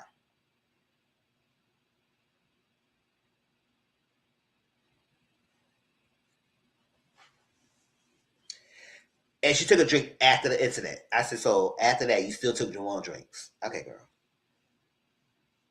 She said she preferred to go to NA, but she does go to both NA and AA meetings. And I was like, oh, okay. But so Andy showed her what the lady said about her last reunion. That's what she had to do rehab. And she skipped that reunion because she had to do rehab. And they talk about her day drinking. As she said, she had known somebody that went to talk to her that she went to this place and she was day drinking. And Wendy also said that same thing, or knowing something, and she didn't want to say. So Karen said, yes, Ashley said the truth. When she was at this place, like back in the day, whatever that is, a long time ago, she would go and drink through the day, and people had to come and get her. So yes, she said Ashley was telling the truth about that. But when it came to Wendy, she said, "Oh, Wendy don't have no idea what she talking about. She live in 212, so she don't got no idea what the hell what she's saying." to kind of dismiss Wendy and say Ashley tell the truth. I said, okay.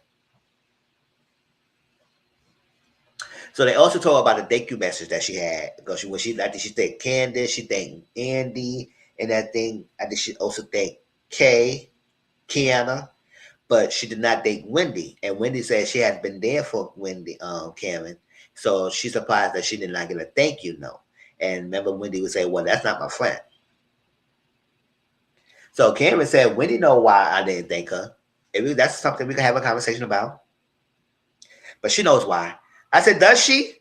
Because it sounded like she was really hurt that you didn't thank her. So I don't know if she didn't know. Ooh, why you tell me I had this thing on here?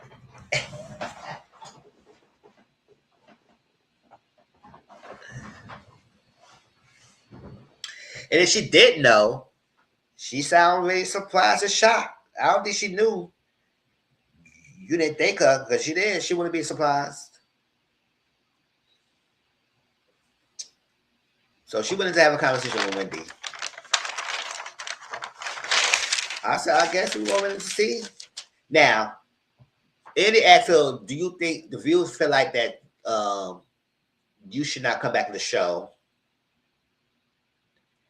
or give a second chance? And she said, I don't deserve a second chance, Andy. But she said, Bravo will be getting heat of it. I said, Bravo get a heat of it because Bravo make their own stupid ass decisions. That's what Bravo gets. So don't try and make it. No, Bravo get their own asses in trouble for whatever they do. But she said she don't think she deserved to come back. But she did say the show did help her to keep her grounded. So she said she probably took a while to collapse or whatever it is if she was on the show, because the show provides structure for her. She had a set time, she had work to do, she had this or that. It kept her going. But she said she would have at least relaxed faster if it wasn't for the show. So we don't know whether or not she'll be back next season. I know people will start to see her back. I guess Andy enjoys Cameron. But I felt like Cameron needs to work on herself. And I said, girl, you don't get no room to judge nobody here when you still on your own healing journey. So she said her Ray talked, and Ray was saying, let's say, after you get everything done, said and done, if you feel like this marriage is run this course, he can let her go. He will let her go. He can let her go to be her, be free. And Ray could be do what he's doing and whatnot. That's basically all she said in the interview. Now, I knew throughout the interview she knows she would perk her lips. You know what Cameron perk her lips like that sometimes, you know she about to lie. Or say something that doesn't make sense.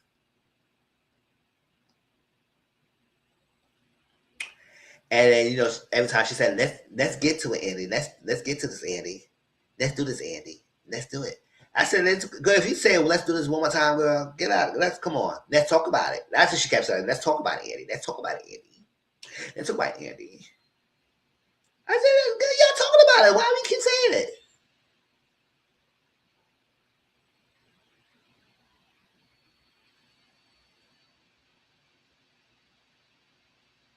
And the fact that she didn't want to really admit that she really have an alcohol problem and only put another drug, that she really admit that she really have a drug problem. And then close to the end that she realized she knows she has both. But throughout the interview, she was trying to deny that she has an alcohol problem. I said, girl, no, you have it. And the first step of healing is admitting that you have the issue with both, not just one. So, girl, you're not fully healed yet.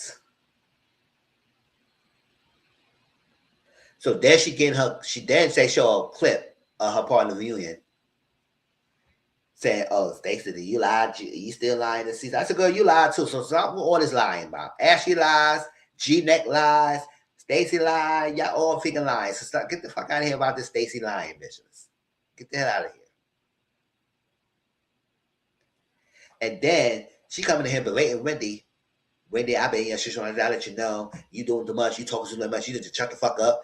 I said, if I were Wendy, I said, bitch, you don't have no time to talk to me, you slush ass bitch. You a drunk, dusty trick that driving. Listen, old ass. realize you can't get a chauffeur or get an Uber at home. You want to take a figure behind the car and drive your figure in the ditch. You sloppy drunk hoe. Don't even come at me about shut the fuck up. If I went, I would lay her ass out. Now I'm not a reader. I'm not a reader. But somebody will lay her ass out. Don't come in trying to shun me. I said, girl, if you would have took your damn advice last time, you would have been in this position right now. After you high and mighty. Your drunk ass. Knowing that say you was a cocky bottle. I said, how does cum taste, girl? Being somebody cocky bottle.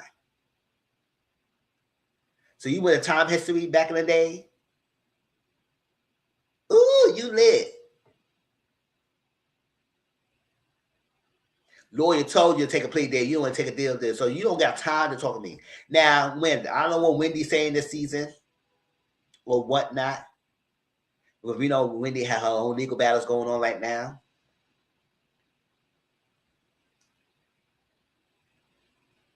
And then hopefully, if she does get some time, it's not too much.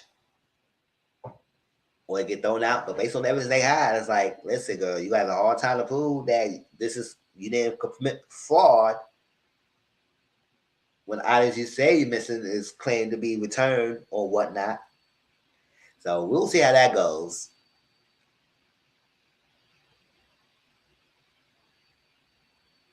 But Wendy looked like she was saying that, taking a dash. She just shut the F up and this is that. I said, girl, nah.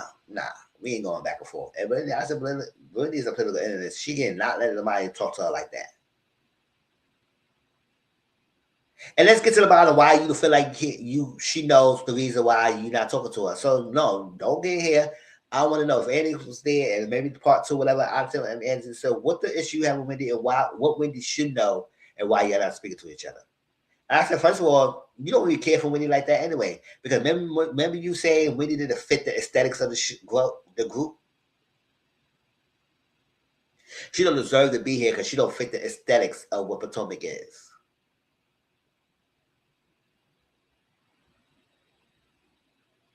So anybody think that Cameron really rock with Wendy like that? No.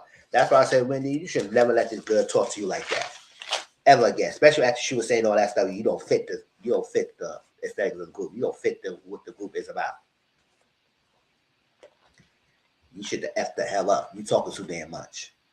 What Wendy is saying, if y'all watch the episode, what is she saying that she was talking too much? Now, granted, she did not say much. Just like you should have said much to them when you was getting questioned about your stuff. But now you say, hey, act like you got all this wisdom. Now you want to berate somebody. Get out of hell. You don't berate nobody. You damn self, girl. Slushy dong. You slush. All right, I'm done.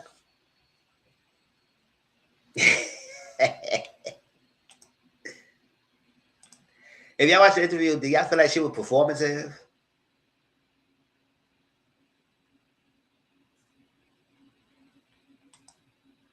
Because about the interview, I know Eddie was looking at her sometimes like, girl. Even Andy, sometimes he probably wasn't believing most of what she was saying. But, he still loves Karen. So she going to not dive into so much. But he did keep emphasizing about, girl, you have an issue with alcohol. He kept emphasizing, girl, alcohol is a problem. Alcohol is a problem as well. It's like that. I said, But that was Mr. Social Corner, y'all. I had talking enough. I did 2 hours here. Anything else that came up? I know it was some of the stuff that happened or whatnot. Like, for example, that Gloria, her sister. I'll say this. I don't know what is going on, but I would say this.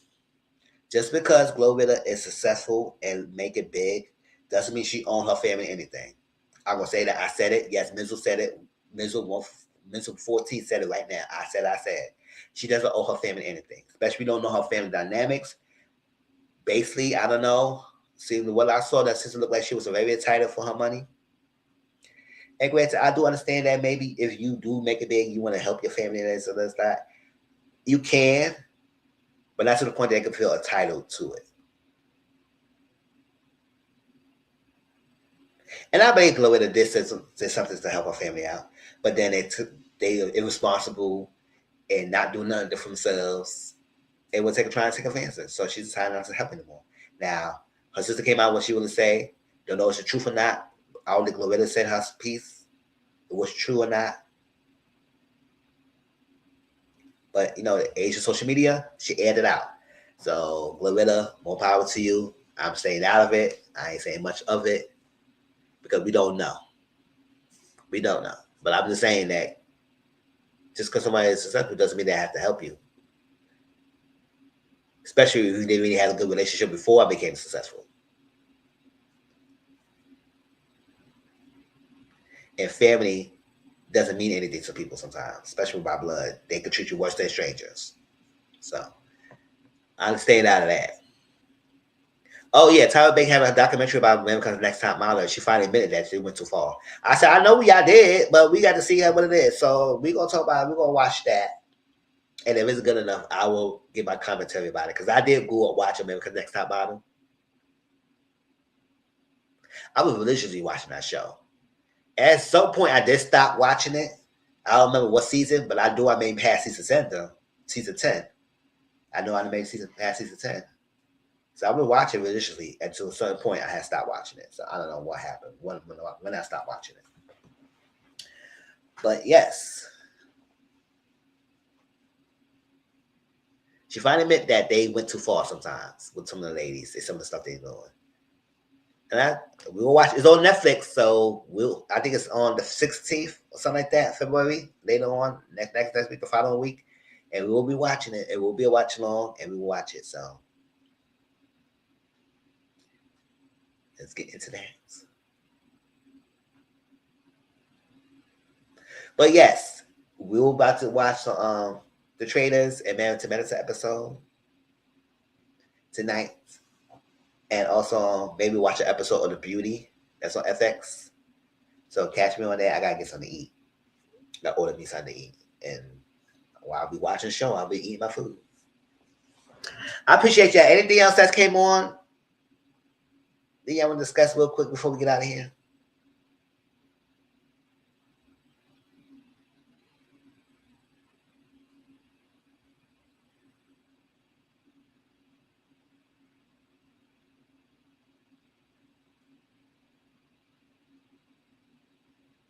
Well, if nothing else, I appreciate y'all. I love y'all. I'll talk to y'all later. Don't forget, next week, there will be my Traders episode because I got to watch. I want to do Traders episode this week and next week review. So after the next week episode, we will do a review. Married to Medicine review will be next week. The next week of the book review. And that's that. So you got the book review next week. If it's not Sunday, I'll probably put it on Wednesday, but I'll probably do it on Sunday. Sunday, Traders review and Married to Medicine review. And I have talked to y'all later. I appreciate y'all. Love y'all. Peace out. And catch me on Discord. I'll be there in a few minutes.